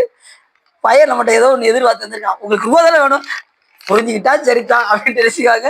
எவ்வளவு வேணும்? ஒரு 1000 ரூபா கொடுங்க அப்படின்னு நினைச்சுவாங்க. கேட்பாங்களா? கேட்க மாட்டாங்க. இந்த காலத்துல புகழ்ந்தாங்கன்னா கண்டிப்பா எதுக்கு தாங்க புகழ்வாங்க? நாம யாரை புகழும் அப்படின்னா நித்திய பொருளாக விளங்கக்கூடிய சிவபெருமான் ஒருவரை மட்டுமே புகழ. பொய்மையாளரை பாடாதே எந்தை புகழூர் பாடு மின் புலவீர்கள் எப்படி சொல்றாரு பாருங்க. இம்மையே தரும் சோறும் கூரையும் ஏத்தலாம் இடர் கெடலுமா அம்மையே சிவலோகம் ஆழ்வதற்கு யாதும் ஐயுறவில்லையே. சிவபெருமான வழிபாடு பண்ணோம்னா அவனை மட்டுமே போற்றி பாடணும் அப்படின்னா இம்மையே தரும் சோறும் கூரையும். இந்த காலத்துல நமக்கு என்ன கிடைக்கும்? சோறு கிடைக்கும், இருக்க இடம் கிடைக்கும், உண்ண உணவு, உடுக்க உட, இருக்க இடம் எல்லாத்தையும் சிவபெருமான் தருவாரு. 2வது அங்க போனாலும் நமக்கு ஞானம் விளங்கி தோன்றும் அப்படின்னு அருமையா சொல்றாரு. அப்படி பக்தியுடன் இந்த லீலைகளை கேட்பவர்களுக்கு இம்மையிலும் மறுமையிலும் சிறந்த சுகமே உண்டாகும், சர்வ காரியங்களும் கைகூடும் என்று இவ்வாறு கைலாசபதி எனக்கு வரமளித்தார் அப்படின்னு சொல்லி சூதமாமுனிவர் சொல்றாரு. இந்த புராணத்தை நீ சொல்லும் போது இந்த நிலையெல்லாம் கிடைக்கும் அப்படின்னு சிவபெருமானே சொல்றாராம். அப்ப கண்டிப்பா இந்த புராணத்தை கேட்டா இதெல்லாம் வருமா வராதா? செல்வம் கிடைக்கும், நல்ல புத்திரர் கிடைப்பாங்க, நல்ல மனைவிமார் கிடைப்பாங்க, நல்ல கணவன்மார் கிடைப்பாங்க, எல்லா நலங்களும் உண்டாகும். அப்போதே என் மனதில் சூட்சும தத்துவங்களையும் பரமேஸ்வரனுடைய திவ்ய லீலைகளையும் ஸ்படிகத்தில் வைத்த நிதி போல் விளங்கின. நான் கைலாசபதியின் எதிரே நின்று தியாகராஜ மூர்த்தியை உலகில் நடத்திய திவ்ய லீலைகளை எல்லாம் காணம் செய்தேன். அப்போ ஒருக்க காணம், முதல்ல ஒருக்க காணம் செய்தார், காணம் போய் சென்று சொன்னார். 2வது முறை ஒருக்கா சொல்லியிருக்காரு. அப்ப யசரும் கந்தர்வரும் நாகரும் தேவரும் ரிஷிகளும் கேட்டு பேரானந்தம் விட்டனர். 2வது சொல்லும் போதும் எல்லாரும் கேட்டு அதை பேரானந்தம் அடைந்தார்கள். அப்பொழுது தேவதந்துவி முழங்கிட்டு தேவர் புஷ்பமாரி பொழிந்தார்கள். தியாகராஜ பெருமானுடைய லீலையின் மகிமையை கேட்ட அனைவரும் ஆனந்த கண்ணீர் மல்கும்படி பரமானந்தம் அடைந்தார்கள். அப்ப 2வது முறை சொல்லும் போது எல்லாரும் அந்த பெருமானுடைய லீலைகளை கேட்டு பரமானந்தத்தை அடைந்தார். தேவேந்திரன் சொற்கலோகத்தில் தமது தர்மா என்ற சபையில் மற்றொரு முறை தியாகராஜ லீலையை காண செய்ய வேண்டும் என்று கேட்டதும் அங்கேயும் நான் போய் சொன்னேன். முதல் ஒருக்க சொன்னேன். ரெண்டாவது தேவேந்திரன் சொல்லுக்குப்படி ஏற்கனவே ஒரு முறை கூறினேன். 33 தேவர்களும் சித்தர்களும் சாரணர்களும் மற்றும் உள்ள புண்ணியசாலிகள் அனைவரும் கேட்டு ஆராதித்து பரமேஸ்வரனுடைய லீலைகளை எல்லாருக்கும் எடுத்து உரைத்தேன். அமிர்தத்தை உண்டு மெய்யறிவு பெற்ற சொர்க்கவாசிகளும் அந்த திவ்ய லீலைகளை முற்றிலும் கேட்டு வியப்படைந்தார்கள். வேற யாரெல்லாம் கேட்டா அப்படின்னா தேவியஸ்யர்களும் நாரதரும் பரத்வாஜ முனிவர்களும் விஸ்வாமித்திரர்களும் அகஸ்தியரும் புலஸ்தியர்களும் கௌதமர்களும் தியாகராஜ பெருமானுடைய பரம்பொருளின் லீலையை அன்று முதல் அங்கங்கே தானமும் செய்ய ஆரம்பிச்சார். இப்ப இந்த புராணத்தை அவங்க எல்லாம் கேட்டு என்ன செஞ்சாங்க, அந்த முனிவர்களும் மற்ற இடத்துல என்ன செஞ்சாங்க, போய் எடுத்து வைத்தார்கள். இப்ப நீங்க இந்த புராணத்தை கேட்டுட்டு நீங்க இன்னும் என்ன செய்யலாம், வீட்டுல போய் 4 பேருக்கு பக்கத்து வீட்டுல இருந்தாங்கன்னா அவங்களுக்கும் போய் இந்த புராணங்கள்லாம் எடுத்து சொன்னா உங்களுக்கு சிவபுண்ணியம் உண்டாகும். போனேங்க, கோயிலுக்கு போனேன், சாமியை கும்பிட்டேன், ஏதோ சொன்னாங்க, ஏதோ கேட்டேன், ஏதோ வந்தேன், சாமியுடைய புகழை கேட்டேன். இப்படிலாம் தியாகராஜ பெருமானுடைய லீலைகளை எடுத்து சொன்னாங்க. முதல்ல இப்பதான் ஆரம்பிச்சிருக்காங்க. அது அவ்வளவு சிறப்புடையதான். திருவாரூர் அவ்வளவு சிறப்புடையதுன்னு சொல்றாங்க. லட்சுமி வந்து தவம் இருந்த தலமா திருவாரூர். அங்க கோயிலுடைய சிறப்பு நிறைய இருக்கு. குளமும் 5 வேலி, கோயிலும் 5 வேலி, ஓடையும் 5 வேலி, அப்படி ஒரு பழமொழியே இருக்கு. ஓடையும் குளமும் கோயிலும் 5 வேலி நிலவும் சொல்லி பழமொழியே இருக்கு. அந்த அளவுக்கு சிறப்புடையது. கோயில் எந்த அளவுக்கு இருக்கோ அந்த அளவுக்கு குளமும் இருக்கும். உலகத்திலே, அது இந்தியாவிலே வந்து பாத்தீங்கன்னா பெருங்குளத்துல இதுவும் ஒரு குளம். பெரிய குளத்திலே இங்க இந்த கமலாலய குளமும் ஒரு குளம். அது மாதிரி அம்பாலும் இங்க தவம் செஞ்சிருக்காங்க. அப்பேற்பட்டதெல்லாம் இந்த திருவாரூருக்கு நிறைய சிறப்புகள் இருக்கு. சாமிக்கு கிட்டத்தட்ட ஒரு 64 பேர்கள் சொல்றாரு சேக்கிழார் பெருமான் புராணத்துல சொல்லும் போது, திருவாரூருடைய சிறப்பு சொல்லும் போது 64 பேரு. நமக்கு தெரிஞ்சது தியாகராஜ பெருமான் ஒண்ணுதான் தெரியுது. அது மாதிரி இங்க இருக்கக்கூடிய சிவலிங்கம் இருக்கு பாருங்க, சாமி இங்க அபிஷேகம் கிடையாது. சாமி புற்றிடம் கொண்ட நாதர், புற்றா இருப்பாரு சாமி, புற்றிடம் கொண்ட நாதர், பன்மிகநாதன் என்று அழைப்பார். நிறைய சிறப்புகள் இருக்கு. அது மாதிரி சாமியே இங்க சுந்தரம் சாமிகளுக்காக என்ன பண்ணாராம், தூது போனார். அப்பேற்பட்ட சிவபெருமான் பாதம் படாத இடம் கிடையாது திருவாரூர்ல. அப்பேற்பட்ட தனிச்சிறப்புடையது ஆரூருடைய சிறப்பு சொல்லுவோம். அது எப்படிப்பட்ட மாளிகை எல்லாம் இருக்குமா அங்க திருவாரூர்ல, மாளிகையெல்லாம் அப்படி விண்ணுலர்ந்து உயர்ந்து இருக்குமா. அது அப்போஸ்தலர்கள் பாடல்லே சொல்றாரு. ஆனா இப்ப வந்து அந்த மாதிரி மாளிகை எல்லாம் இப்ப இல்ல, அப்ப இருந்திருக்கு. இப்ப பூரா இடிச்சு பூரா ரியல் எஸ்டேட் ஆகிட்டாங்க. அத்தனையும் இடிச்சு காண்டலே கருத்தாய் இணைந்திருந்தேன் மனம் புகுந்தாய் கடலடி பூண்டு கொண்டொழிந்தேன் புறம்போயினால் அறையோ ஈண்டு மாடங்கள் நீண்ட மாளிகை போல் எழு கொடிவான் இளம் மதி தீண்டி வந்துளவும் திருவாரூரம்மானே தீண்டி வந்துளவும் திருவாரூரம்மானே நடம்பட மழை. பாட்டுல அவ்வளவு அருமையா சொல்றாரு. நீண்ட மாளிகை போல் எழு கொடிவான் இளம் மதி. அந்த மதியை போய் தொட்டுருமா, அந்த மாளிகையில் போய் மதிய விண்ணுலகத்துல போய் மதியை தொட்டோம்னா அப்ப எந்த அளவுக்கு மாளிகை எல்லாம் இருக்குன்னு யோசிச்சுப்பாங்க. அந்த அளவுக்கு திருவாரூர் சிறப்புடையது. சாமி எப்படி தியாகராஜனா வந்தாரு அப்படிங்கிறதெல்லாம் நம்ம அந்த புராணம் வரும்போது பார்ப்போமேன்னு பார்க்க. இப்பயே சொல்லிட்டா உங்களுக்கு சுவாரஸ்யம் குறைஞ்சிடும். சாமி எப்படி கைலாயத்துல இருந்து வந்தாரு அப்படிங்கிறதெல்லாம் நம்ம தொடர்ந்து இந்த புராணம் வரும்போது தான் பார்க்கணும். திருவாரூருக்கு நிறைய திருமுறைகள் பாடியிருக்காங்க. 2வது 4 போய் வழிபாடு செய்த தலம் திருவாரூர். ஞானசம்பந்த பெருமான் பாடியிருக்காரு, திருநாவுக்கரசு பெருமான் பாடல் கிடைச்சிருக்கு, சுந்தரம் சுவாமி பாடல் கிடைச்சிருக்கு. இப்ப மாணிக்கவாச பெருமான் பாட்டு ஏறார் இளங்கிலேயே எங்கள் பெருந்துரைக்கோன் ஸ்ரீரார் திருநாமம் தேந்துரையாய் ஆரூரன் அந்த பாட்டு. அப்புறம் உங்கமலத்தையனொடு மால் அறியாத நெறியானே பொங்கலசை குவி முளையால் கூறா வெண்ணீராடி அந்த பாட்டுல சொல்றாரு. அதுலயும் ஆரூர் சிறப்பு சொல்றாரு. ஆரூரன் செம்பெருமான் வெண்மலரான் நிறைய அந்த பாட்டுல வந்து அந்த பூங்கமலத்து அயனோடு மால் அறியாத அது திருவாரூர்லயே வச்சு பாடின பாட்டு இந்த பாட்டு. அதான் உற்றாரை யான் வேண்டேன் ஒரு வேண்டேன் பெயர் வேண்டேன் கற்றாரை யான் வேண்டேன் கற்பனவே இனி அவையும் குற்றால தமந்துரையும் புத்தா உன் குறைகளற்கே கற்றாவின் மனம் போல கசிந்து உருக. சாமிகிட்ட போய் கேட்டா இதைதான் கேட்கணும், கசிந்து உருகுபடி செய் சாமி. உன்னை நினைச்சு நினைச்சு நான் கசிந்து உருகணும், நான் காதலாகி கசிந்து பாடணும், பாடும்போது கசிந்து கண்ணீர் மல்க பாடணும். சிலர் பார்த்தீங்கன்னா எதுக்கு பாடுறோம்னே தெரியாம பாட்டுக்கே ஓடிக்கிட்டு இருக்கோம், சிந்தனை வேற இடத்துல இருக்கும். பாட்டு பாடிக்கிட்டே சிந்தனை முழுவதும் வீட்டுல இருக்கும். அப்படி பாடலாமா? இது உள்ள வந்தாச்சுன்னா இதுக்குள்ளே மூழ்கிடும், நம்ம வீட்டு சிந்தனையில மறந்துடும்.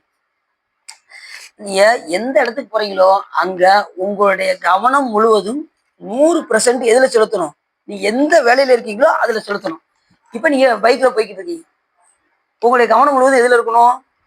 ரோட்ல மட்டுமே இருக்கணும், 100% இருக்கணும் அதுல. அப்பனாதான் ஆக்சிடென்ட்ல இருந்து தப்பிக்க முடியும். அப்படித்தானே?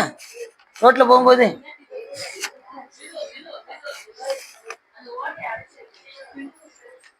அதே போல திருக்கோயிலுக்கு போறீங்க, திருக்கோயிலுக்கு போகும்போது உங்களுடைய முழு கவனம் எதுலதான் இருக்கணும்?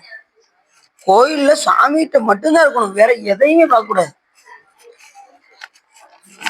சரி, எல்லாரும் இந்த கொஞ்சம் கை தட்டிடுங்க சார், எல்லாரும் இந்த கை தட்டிடுங்க. எதுக்குன்னா தில்லைவாழ் அந்தனர் பாட்டை 108 தடவை எழுதி கொண்டு வந்திருக்காங்க. நம்ம இன்னும் திருப்புகளே நிறைய பேர் எழுதி முடிக்கல. திருப்புகள் 108 பாட்டே நான் இப்பதாங்க பாதி வந்திருக்கேன் அப்படிங்கிறாங்க, சில பேர் 35 வந்திருக்கீங்க, சில பேர் 50. இவங்க அது முடிச்சு தில்லைவாழ் அந்தனர் பாட்டை இந்த லீவ்ல நல்லா பயன்படுத்தி 108 தடவை எழுதிட்டு வந்திருக்காங்க. அது பெரிய சிறப்பு. சிறப்பு. அதுல என்ன சொல்றாங்க, சிவா நான் பரிசுக்காக எழுதல, பரிசுன்னா எனக்கு வேண்டவே வேண்டாம், எனக்கு வந்து நீங்க எழுத சொல்லியிருக்கீங்க, நான் எழுதிருக்கேன், ஒரே நோக்கம் சாமியை பத்தி எழுதணும் அப்படின்னு அந்த குறிக்கோளே எழுதியிருக்காங்க. பாருங்க எவ்வளவு பெரிய இது, எழுதுனா சிறப்பு நீங்க சொன்னீங்க, நான் எழுதிட்டேன் அப்படிங்க. அப்ப எவ்வளவு பெரிய சார். அப்ப ஒவ்வொரு நாளையும் எப்படி பயன்படுத்திருக்காங்க பாருங்க. இன்னொன்னா அந்த நேரம் முழுவதும் உங்களுக்கு சிவப்புண்ணியம், இந்த இறைவனுக்காக பயன்படுத்தி அந்த ஒரு மாசத்தை நீங்க பயன்படுத்திருக்கீங்க பாருங்க லீவை, அத்தனையும் நீங்க சிவப்புண்ணியமா ஆகியிருக்கீங்க. அது பெரிய சிறப்பு. நான் கண்டிப்பா பரிசும் கொடுப்போம், அது ஒரு விஷயம் சொல்றேன். போதும், நிறைய பேர் பிள்ளையார் சொல்லி போட்டு ஒரு தடவை எழுதியிருக்காங்க, அடியனே மூணு தடவை எழுதுனேன், அதுக்கப்புறம் எழுதலாம் நினைக்கிறேங்க, ஆனா வந்து பாருங்க வேலை வந்துருது அப்படின்னு ஓடிடுறோம். அடியன் 3 தடவைக்கு மேலே இன்னும் எழுதலை, அவங்க 108 தடவை எழுதிட்டாங்க. தில்லைவாழ் அந்தனர்தம் அடியாருக்கும் அடிய சுந்தரம் சாமி அருளி செய்த இந்த பதியம், இந்த ஒரு பாடலை, இந்த ஒரு பதியத்தை பாடுறதுக்காக கைலாயமலையில இருந்து வந்திருக்காரு சுந்தரம் சாமி. அப்ப அந்த பதியத்தை எழுதுறது எவ்வளவு பெரிய சிறப்பு. இப்ப நம்ம இந்த புராணத்தை என்ன சொன்னோம், படித்தவர்களும் கேட்பவர்களும் எழுதுபவர்களும் சொன்னோம் பார்த்தீங்களா?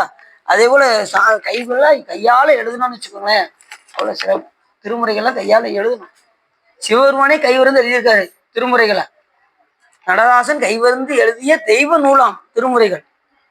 சொக்கேசன் மதிமொழிவாய் உரைத்தாலும் தெய்வ நூலாம் திருமுறைகள். சிவபெருமான் செவிமடுத்த செந்தமிழ் வேதம் திருமுறைகள். சாமி இதே நான் குடிக்கணும் இல்லையா?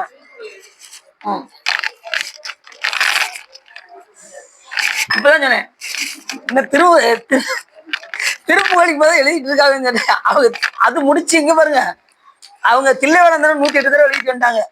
அதை முடிச்சு செய்யட்டும் என்ன சொல்றேன், என்ன நிறைய பேர் இந்த திருப்புகளை எழுதி முடிக்கலான்னு சொல்லிட்டு. அப்படி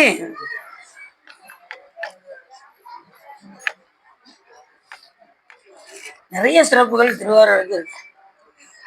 அடுத்து வந்து நம்ம திருவாரூரை பத்தி ஒவ்வொரு லீலைகளை பார்க்கும்போது திருவாரூரை பத்தி நீங்க அப்படியே தரவா மனசுல வச்சுக்கிட்டு நீங்க திருவாரூருக்கு போகும்போது உங்களுக்கு தியாகராஜ பெருமானுடைய அந்த லீலைகள்லாம் தெரியும் போது நீங்க உங்களறியாமலே உங்களுக்கு என்ன வந்துடும், கண்ணீர். அடுத்த தேரோட்டத்துக்குள்ள ஓரளவுக்கு நீங்க தெரிஞ்சுக்கிடுவீங்க. அப்ப போகும்போது உங்க கண்ணுல இருந்து தாரை தாரையாக கண்ணீரை தான் பார்க்கணும். உங்களுடைய இனிமையும் இறைவனுடைய பெருமையும் நீங்க நினைக்கணும். சாமி கிட்ட போனதும் நான் எவ்வளவு பெரிய ஆளுன்னு நம்மள நினைக்க கூடாது, நம்மளாம் ஒரு ஆளான்னு நினைக்கிறோம். எங்க சாமி கிட்ட போயாச்சுன்னா ஒரு ஆளா நம்ம புறம் போட்டு சாமி தேர்ந்தெடுத்திருக்காரு அப்படின்னு நினைக்கிறேன். புரிஞ்சுச்சா? இந்த கங்கை கரையில் நடக்கும் பிறகு மகரிஷியின் யாகத்தை சிறப்பிக்க வந்த கூடியிருக்கும் மகா முனிவர்களே, நீங்கள் விரும்புகிறபடி பரமேஸ்வரனுடைய லீலைகளை உங்களுக்கு சொல்கிறேன், மிகவும் கவனமாக கேளுங்க. இப்ப முதல் 2 தடவை ஏற்கனவே சொல்லிட்டாரு. அந்த தேவேந்திரனுடைய கட்டளைப்படி முதல்ல சிவபெருமான் சொல்லி செஞ்சாரு, 2வது தேவேந்திரனுடைய கட்டளைப்படி மறுபடியும் இருக்கா சொன்னாரு. இப்ப 3வது தடவை தேவேந்திரன் அந்த பிரகஸ்பதியிடம் விட்டு சொல்லி மறுபடியும் 3வது முறை இந்த புராணத்தை நான் சொல்கின்றேன் என்று இந்த புராணத்தை மறுபடியும் இந்த லீலைகள் எல்லாம் இப்ப யார் சொல்ல போறா? சூதமாமுனிவர் சொல்ல போறார். இந்த புராணத்தை கேட்கும்போது ரொம்ப கவனமா கேளுங்க. ஞான நூல்தனை ஓதல் ஓதுவித்தல் கேட்புவித்தல் கேட்டல் ஈனமில்லா நற்பொருள் தான் கேட்டல் ஈனமில்லா நற்பொருள் அதனை சிந்தித்தல் இவை 5ம் இறைவனை அடைவிக்கும் எளிமையான பூஜை என்ற காரணத்தினால் இந்த புராணத்தை நீங்க கேட்கும்போது என்ன செய்றீங்க? சிவ பூஜை செய்றீங்கன்னு நினைக்கணும். இது என்னது? சிவ பூஜை. ஒவ்வொரு சொற்பொழியும் நீங்க கேட்கும்போது சிவ பூஜை செய்கின்றீர்கள் என்று நீங்க நினைக்கணும். அப்ப குடும்ப அளவுக்கு புராணத்தை நீங்க என்ன செய்யுங்க? தொடர்ந்து திங்கள் வியாழன் நடக்கும். வந்து இந்த புராணத்தை கேட்டு சிவ பூஜையில நீங்களும் இந்த யாக வேள்வியில நீங்களும் கலந்து கொண்டு இன்புறுங்க. சரிதானா? கலியுகத்தில் உய்யும் வண்ணம் பரமேஸ்வரன் பிராமணரிடத்திலும் சத்திரியரிடத்திலும் வைசியரிடத்திலும் சூத்திரரிடத்திலும் சங்கர சாதியாரிடத்திலும் அளவற்ற காரணியத்தினால் செய்து வந்த லீலைகள் 3வது தலையாக இப்பொழுது உங்களுக்கு நான் சொல்கிறேன் அப்படின்னு சொல்றேன். இந்த லீலைகள் நீங்கள் நிதி போலும் மகா மந்திரங்கள் போலும் சத்வித்தை போலும் காப்பாற்ற வேண்டும். நியமத்துடன் இவைகளை பாராயணம் செய்ய வேண்டும். எல்லா புண்ணிய கதைகளும் எல்லா தீர்த்தங்களும் சகல ஆகமங்களும் சகல வேதங்களும் சகல பீஜங்களும் சகல யந்திரங்களும் சகல கவசங்களும் சகல சக்திகளும் சகல சித்திகளும் சகல சுபங்களும் நிலைத்து விளங்கும் இந்த தியாகராஜ பெருமானுடைய லீலைகளை கானமே ஸ்தல சகல புராண படலத்தின் பயனையும் அளிக்கும். இந்த புராணம் கேட்டா எல்லா புராணத்தையும் கேட்ட ஒரு பலனை கொடுக்குமா இந்த லீலைகளை நீங்கள் கேட்டால். தியாகராஜ பெருமான் எத்தனையோ புராணங்கள் இருந்தாலும் சகல புராண படலத்தினுடைய பயனையும் இந்த புராணம் உங்களுக்கு கிடைக்கும். ஆனா 364 வந்து என்ன செய்யணும்? முடிந்த அளவுக்கு கேட்பதற்கு உண்டான முயற்சிகளை நீங்கள் எடுக்க வேண்டும். நீங்க நினைச்சிட்டீங்கன்னா சுவாமி கூட்டி வச்சிரு. சொற்பொழிவா 7:30 மணி வரைக்கும் பேசுறாங்களா அப்படின்னு இல்லாம ஐயோ டைம் அவ்வளவுதான் பேசுறாங்களா அப்படின்னு நினைக்கும். 7:30 மணி வரைக்கும் தானே, கூட கொஞ்சம் பேசணும் நல்லா இருக்குமே அப்படிங்கிற அளவுக்கு நீங்க நினைக்கணும். 2வது புராணம் கேட்கும்போது உங்க மனம் முழுவதும் இங்க ஒன்றிருச்சுன்னா டைம் போறது தெரியாது. நீங்க டயத்தை பார்த்துக்கிட்டே இருந்தாங்க. மணி 7:00 புராணத்தை முடிக்க மாட்டேங்கிறாங்க, 7:35 ஆச்சு, புராணத்தை முடிக்க மாட்டேங்க. என்ன செய்யக்கூடாது? பார்க்கக்கூடாது. புராணம் பேசும்போது எண்ணம் முழுவதும் செயல் முழுவதும் அத்தனையும் கொண்டு வந்து இங்க விட்டுறணும். எல்லாத்தையும் மறந்துடணும். என்ன சொல்றாரு தியாகராஜனுடைய லீலைகள் தான் என்ன, அதை நீ உற்று நோக்குனீங்கன்னா கவனம் முழுவதும் இதை வந்துருச்சுன்னா உங்களுக்கு டைம் போறது தெரியவே. அப்ப சகல புராண படலத்தினுடைய பயனை இது அளிக்கின்ற காலத்தால் நற்கீர்த்தியும் இஷ்ட சித்தியும் வந்து எய்தும். இந்த புராணத்தை கேட்டா சகல சித்திகளும் இஷ்ட சித்தி, நீங்க எதை விரும்புறீங்களோ அது உங்களுக்கு கண்டிப்பாக கிடைத்தே தீரும். வேலை இல்லாதவங்களுக்கு நல்ல வேலை கிடைக்கும். அவங்களுக்கு புத்திர பாக்கியம், உங்களுக்கு புத்திர, கன்னிமார்களுக்கு நல்ல கணவன்மார் கிடைப்பாங்க, கணவன்மார்களுக்கு நல்ல மனைவிமார்கள் கிடைப்பாங்க. அதுதான் ரொம்ப முக்கியம். என்ன எதை சொல்றாரு அதை சொல்லுங்க அப்படி எடுத்துக்கிறாங்க. அப்படி சொல்லி இந்த இதை முடிச்சுட்டு அப்படி சொல்றாரு சுவாமி. அப்படி போட்டுறாரு முதல் லீலைகள். இது சிவபெருமான் உணர்த்திய லீலை. அந்த சூக்கும லீலைய அந்த முனிவர்களுக்கெல்லாம் அந்த யாகத்தில், எந்த யாகத்துல? பிருகுமா முனிவர் நடத்தக்கூடிய அந்த யாகத்தில் கலந்து கொள்ளக்கூடிய அத்தனை முனிவர்களுக்கும் இப்ப இந்த சூதமா முனிவர் இந்த லீலைகளை எடுத்து சொல்ல போறார். அதுதான் முதல் லீலை. என்ன லீலை? சிவபெருமான் ஏற்கனவே எனக்கு இந்த சூட்சும மார்க்கத்தை உணர்த்திய லீலையை உங்களுக்கு சொல்கின்றேன் என்று சொல்றதுதான் இதான் முதல் லீலை. எந்த இத? சூதமா முனிவருக்கு சிவபெருமான் ஏற்கனவே சொன்னார் பாருங்க, அந்த லீலைய, அந்த உணர்த்திய லீலைய இப்ப மற்ற முனிவர்களுக்கு அவர் என்ன செய்யறாரு? இப்ப சொல்ல போறாரு. அதான் முதல் லீலை. அதான் இந்த இடத்துல சொல்றாரு. இப்ப சுவாமியை போட்டாரு. தடவரியாத நம் போற்றி கருணை பொலி முகம் போற்றி தயங்கோர் பாக மடவாள் மெல்லியல் போற்றி மண்ணு மிளம் சேய் போற்றி மலர்கண் போற்றி திட உலகு மேத்து கதிர்வாள் போற்றி நிறை செல்வ தியாகராஜர் நடவு திருத்தேர் போற்றி தம்மை ஆட்கொள்ளும் அசவா நடனம் போற்றி. இப்ப எதெல்லாம் போட்டி சொல்ல பாருங்க. சாமியை போட்டி சொல்றாரு, அம்பாளை போட்டி சொல்றாரு, அந்த தேரை போட்டி சொல்றாரு. அந்த தேர் ரொம்ப சிறப்பு. அது கைலாய மலையில இருந்து வந்தது, ஆழித்தேர். ஆழி தேர சொல்றாரு. அப்புறம் தியாகராஜ பெருமானுடைய மூர்த்தியை சொல்றாரு. அதுக்கப்புறம் அஜவா நடனத்தை பத்தி இப்படி எல்லாத்துக்கும் போற்றி சொல்றாரு. போற்றி எதுக்கு நம்ம சொல்றோம் சாமிய? எதுக்காக இறைவனை போட்டுறோம்? அதை நீங்களே சொல்லிருங்க சிவா அப்படிங்கிறது புரியுது.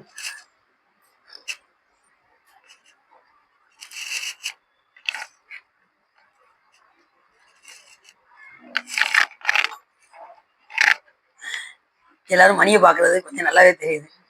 காலகாலத்துல விடமாட்டாரு போல தெரியுது. முடிச்சிடும் அவ்வளவுதான்.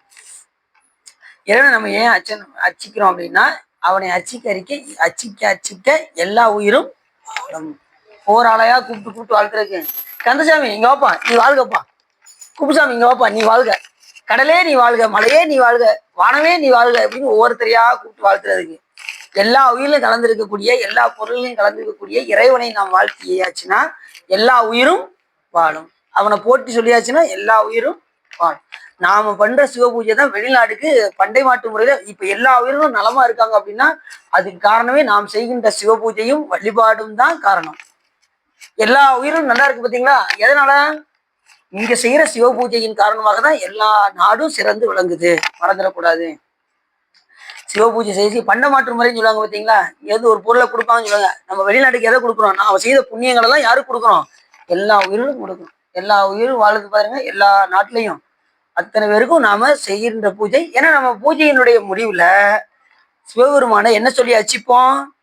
வான்முகில் வளாது பெய்க, மலிவளம் சுரக்க, மன்னன் கோன்முறை அரசு செய்க, குறைவில்லாத உயிர்கள் வாழ்க. கேட்கிறோமா? அப்ப எல்லா உயிர்களும் குறைவில்லாது வாழணுமா வேண்டாமா? அப்ப அதுக்காக சுவாமியை அர்ச்சிக்க அவனை வழிபாடு செய்ய செய்ய அவனை போற்றி செல்ல செல்ல எல்லா உயிர்களும் வாழும். புரிஞ்சுச்சா? புரிஞ்சிச்சுன்னு நினைக்கிறேன். புரிஞ்ச மாதிரி தான் சார் தெரியுது. இருந்தாலும் நீங்க சொல்லுங்க அப்படிங்கிறது. சரி ரைட்டு. இப்படி இந்த போற்றி சொல்றாரு. அதனால இந்த போற்றியை மட்டுமே ஒரு மணி நேரம் விளக்கம் சொல்லலாம்.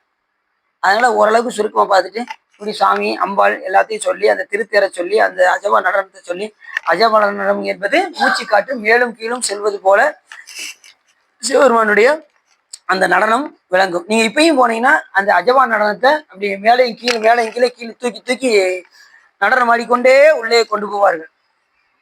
பார்த்தீங்கன்னா தெரியும். சேதனசா இத முதல் லீலை. சுதமாமுனிவருக்கு அந்த சூட்சுமத்தை உணர்த்திய லீலையை தான் முதல் லீலையாக வருகின்றது. அடுத்து என்ன லீலைங்கிறத நம்ம அடுத்து வியாழக்கிழமை இரண்டாவது லீலையை பற்றி பார்ப்போம் என்று சொல்லி இதுகாரும் உள்ளம் நிறைந்து உவகை சிறந்து இந்த தியாகராஜ பெருமானுடைய லீலைகளை நீங்கள் கேட்டதினால் உங்களுடைய வல்வினை கரைந்து திருவருள் உரையும் என்று சொல்லி திருப்போல் பாடி அடியின் உரையை நிறைவு திருச்சிட்டோம். முதல்ல திருப்பரங்குன்றம் அடியுமா திருச்சிட்டோம். உனை தினம் தொழுதிலன் உனதியல் வினை உரைத்திலன் பல மலர்கொடு உனதடியினை உறப்பணிந்திலன் ஒரு தவமிலன் உனதருள் மாறா உளத்துள் அன்பினர் உறவிடம் வருகிலன் விருப்பொடும் சிகரமும் வளம் வருகிலன் உடன்புகள் துதி செய்ய விலகிலன் மலை போலே கனைத்தெடும்பகடது விடமிசை வரு கருத்த வெஞ்சின மரளித நுழையினர் கதித்தடந்தறி கையிலொடு கதை கொடு ஒரு போதே களத்தரும் ஜெயல் ஒளிவர அழிவுறு கணத்திலன் பயமய மரமையில் முதுகில் கணத்திலன் பயமரமையில் முதுகில் வருவாயே விளைத்தலந்தனில் அழகைகள் உதிகொள்ள வெளுக்குடைந்து மெய் குசை தசை உண விரித்த குஞ்சியர் எனும் மவுனைய அவர் உரிவேலா மிகுத்த பண்பையில் குயின் ஒளி அழகிய கொடிச்சு குங்கும மலைமுகளுடு நரவிரைத்த சந்தன மிகவத புயவரை உடையோனே தினத்தினஞ்செதிர் மறை முனிமுறை கொடு புனச்சொரிந்திலர் புதிய வினவரோடு சினத்தை நிந்தன செய்யும் முனிவரர் தொழ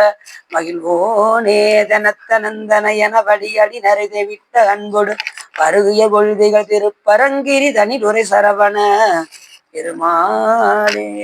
கைலாய பரம்பரையில் சிவஞான போத நெறிகாட்டும் வெண்ணை பயில்வாயம் வேகண்டான் தந்ததிக்கோர் மெய்ஞான பானுவாகி குயிலாரும் பொழில் திருவாவூர் தெரிவாள் நமச்சிவாய தேவன் செயலாதி மரபுடையவன் திருமரபு நீடூனி தரைக மாதும் பவப்பெரும் கடலை கடந்திருதற்கு பரமன் வகுத்த அருளறியை ஓப்புடன் உயிர்கள் கடைபிடித்து உயவுதம் துரசை ஆதீனத்தில் தவ பிரகாசன் தரணியில் எங்கும் தன்னல் செங்கோல் உச்சியம் சிவப்பிரகாச தேனியன் மலத்தால் சென்னியில் கொண்டு போற்றுதுமே வான்முகில் வளாது பெய்க மலிவளம் சுரக்க மன்னன் கோன்முறை அரசு செய்க குறைவில்லாத எதிர்வாழ்க நான்மறை அறங்கள் ஊங்க நற்றமும் வெல்வி மல்க மேன்முகள் சைவ நீதி விளங்குக உலகமெல்லாம் வையம் நீடுக மாமலை மண்ணுக மெய் விரும்பிய அன்பர் விளங்குக சைவ நன்னறிதான் தலை தோங்குக தெய்வ திருநீர் சிறக்கவே. திருச்சிற்றம்பலம். நம்ம பார்வதி பதையே அரகரமகா. தென்னாருடைய சிவனையை போற்றி. வெற்றிவேல் முருகனுக்கு. திருச்சிற்றம்பலம், தில்லையம்பலம், பொன்னம்பலம், அருணாச்சலம், ஏகாம்பரம்.